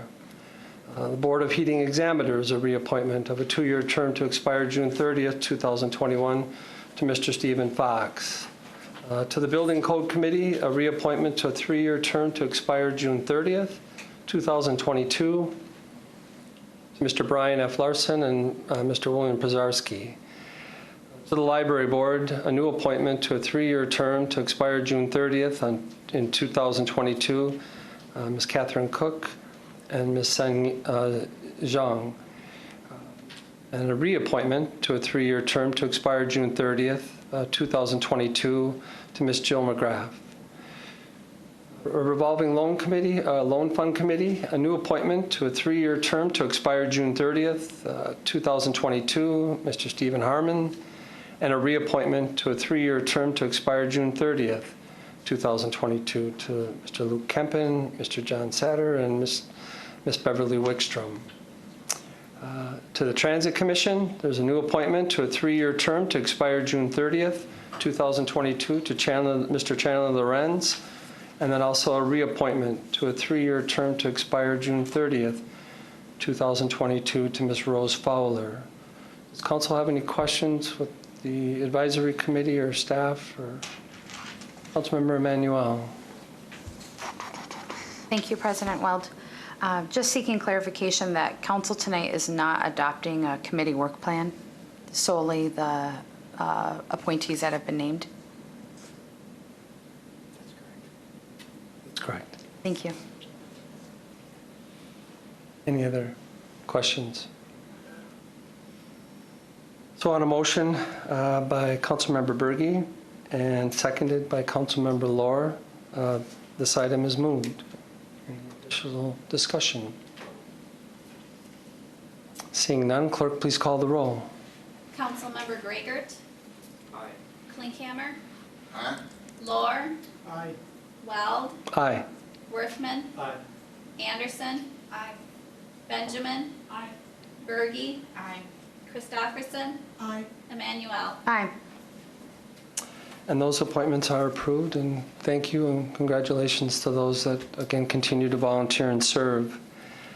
Moving on to agenda item number 26, a resolution creating a new voting ward within the city of Eau Claire. Does council have any questions for Ms. Riepel? Seeing none, on a motion by Councilmember Christofferson and seconded by Councilmember Klinkhammer, this item is moved. Is there any discussion? Seeing none, clerk, please call the roll. Councilmember Klinkhammer. Aye. Lohr. Aye. Weld. Aye. Worthman. Aye. Anderson. Aye. Benjamin. Aye. Berge. Aye. Christofferson. Aye. Emmanuel. Aye. Gragert. Aye. And that resolution is passed. We have one ordinance for action and annexation in accordance with section 66.0223 Wisconsin statutes, annexing to the city of Eau Claire territory owned by and lying near but not necessarily contiguous to the city of Eau Claire, and particularly to the 15th Assessment Ward, 3rd Aldermanic District, being located in Section 2, Township 26 North, Range 10 West, Town of Brunswick, and County of Eau Claire, as shown on planning drawing number 19-1A. Mr. Allen. Thank you, Council President Weld and members of the council. Again, before you this evening is a request to annex land, as noted, owned by and lying near but not necessarily contiguous to City of Eau Claire. The area in question is approximately 33.79 acres in size, lying on the north side of State Highway 37, west of Taylor Creek, as shown in the aerial photo here. It is located, as noted, in the town of Brunswick. Proposed zoning for the property, should it be annexed, would be P public. The proposed land use would remain the same as it currently is, which is primarily vacant land, along with the former Little Red School. The property is in joint public ownership by the City of Eau Claire and a predecessor to the Eau Claire Area School District. The Eau Claire Area School District Board formally recommended approval of the annexation request back at its April 1st meeting. The Planning Commission has also recommended approval of annexation at their meeting last week. Again, no land use changes are proposed at this time as a result of the requested annexation. The request is also consistent with the comprehensive plan, and I'm happy to answer any questions. Any questions for Mr. Allen? I don't see any. Thank you. Thank you. On a motion by Councilmember Worthman and seconded by Councilmember Gragert, this item is moved. Is there any discussion? Seeing none, clerk, please call the roll. Councilmember Lohr? Aye. Weld? Aye. Worthman? Aye. Anderson? Aye. Benjamin? Aye. Berge? Aye. Christopherson? Aye. Emmanuel? Aye. Greigert? Aye. Klinkhammer? And that item is passed. We do have two ordinance for action. I mentioned there was only one, but agenda item number 28, charter ordinance relating to the city council and the reapportionment of the aldermanic districts of the city of Eau Claire. Adoption of a charter ordinance requires a 2/3 vote of the elected members of the governing body. Therefore, 8 affirmative votes are required of the 11 elected council members for adoption. Ms. Repo, any additional information? No? Any questions for Ms. Repo? Seeing none, on a motion by Councilmember Benjamin and seconded by Councilmember Anderson, this item is moved. Is there any discussion? Seeing none, clerk, please call the roll. Councilmember Weld? Aye. Worthman? Aye. Anderson? Aye. Benjamin? Aye. Berge? Aye. Christopherson? Aye. Emmanuel? Aye. Greigert? Aye. Klinkhammer? Aye. Lohr? Aye. And that item is passed. We have one ordinance for introduction. Agenda item number 29, ordinance rezoning a property located at 2517 Truax Boulevard in the I-1P to C3P and to adopt a general development plan for retail sales. Does council wish to suspend the rules and take up this ordinance this evening? Seeing none, that brings us to announcements. Mr. City Manager. Thank you, Council President. Well, just a couple of announcements. Following the meeting tonight, we will have a work session to talk about work plans and also the first part of the CIP conversation. We'll keep that to about an hour and a half. Friday morning is the breakfast in the Valley. I don't know exactly when it starts, but I can tell you it's dark 30 of some sort. It's very early. You probably couldn't get there before it actually starts. And it's out at the Expo. If you haven't been to that, it's a really nice opportunity for the community comes together for a community breakfast. Next Tuesday then is a work session on the CIP, so hopefully you have that in your calendars. We'll be doing another work session on the CIP next Tuesday afternoon. And then as was discussed earlier, is Juneteenth on Wednesday the 19th. That's at 5:30 at Carson Park. A wonderful opportunity to gather and connect as a community over a very important issue. And so hopefully you can make that if you haven't in the past. And then a week from Friday on the 21st is Eggs and Issues, a legislative breakfast. If you haven't signed up for that, please touch base with me. So that's what I would have. Thank you. Thank you, Mr. Peters. Any members of council have any announcements? Seeing none, and with no further business before us, we are adjourned.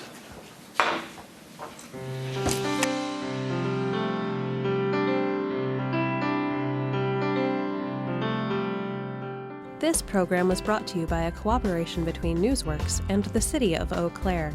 A transcript of this meeting is available for the hearing impaired. It will be available within 7 days of this telecast. Call 715-839-4912 or TDD 715-839-1689. Or write Eau Claire City Clerk, P.O. Box 5148, Eau Claire, Wisconsin 54702-5148. Newsworks is made possible by continuing community support. If you would like to volunteer or make a donation, please contact us via phone at 715-839-5067 or online at valleymediaworks.org.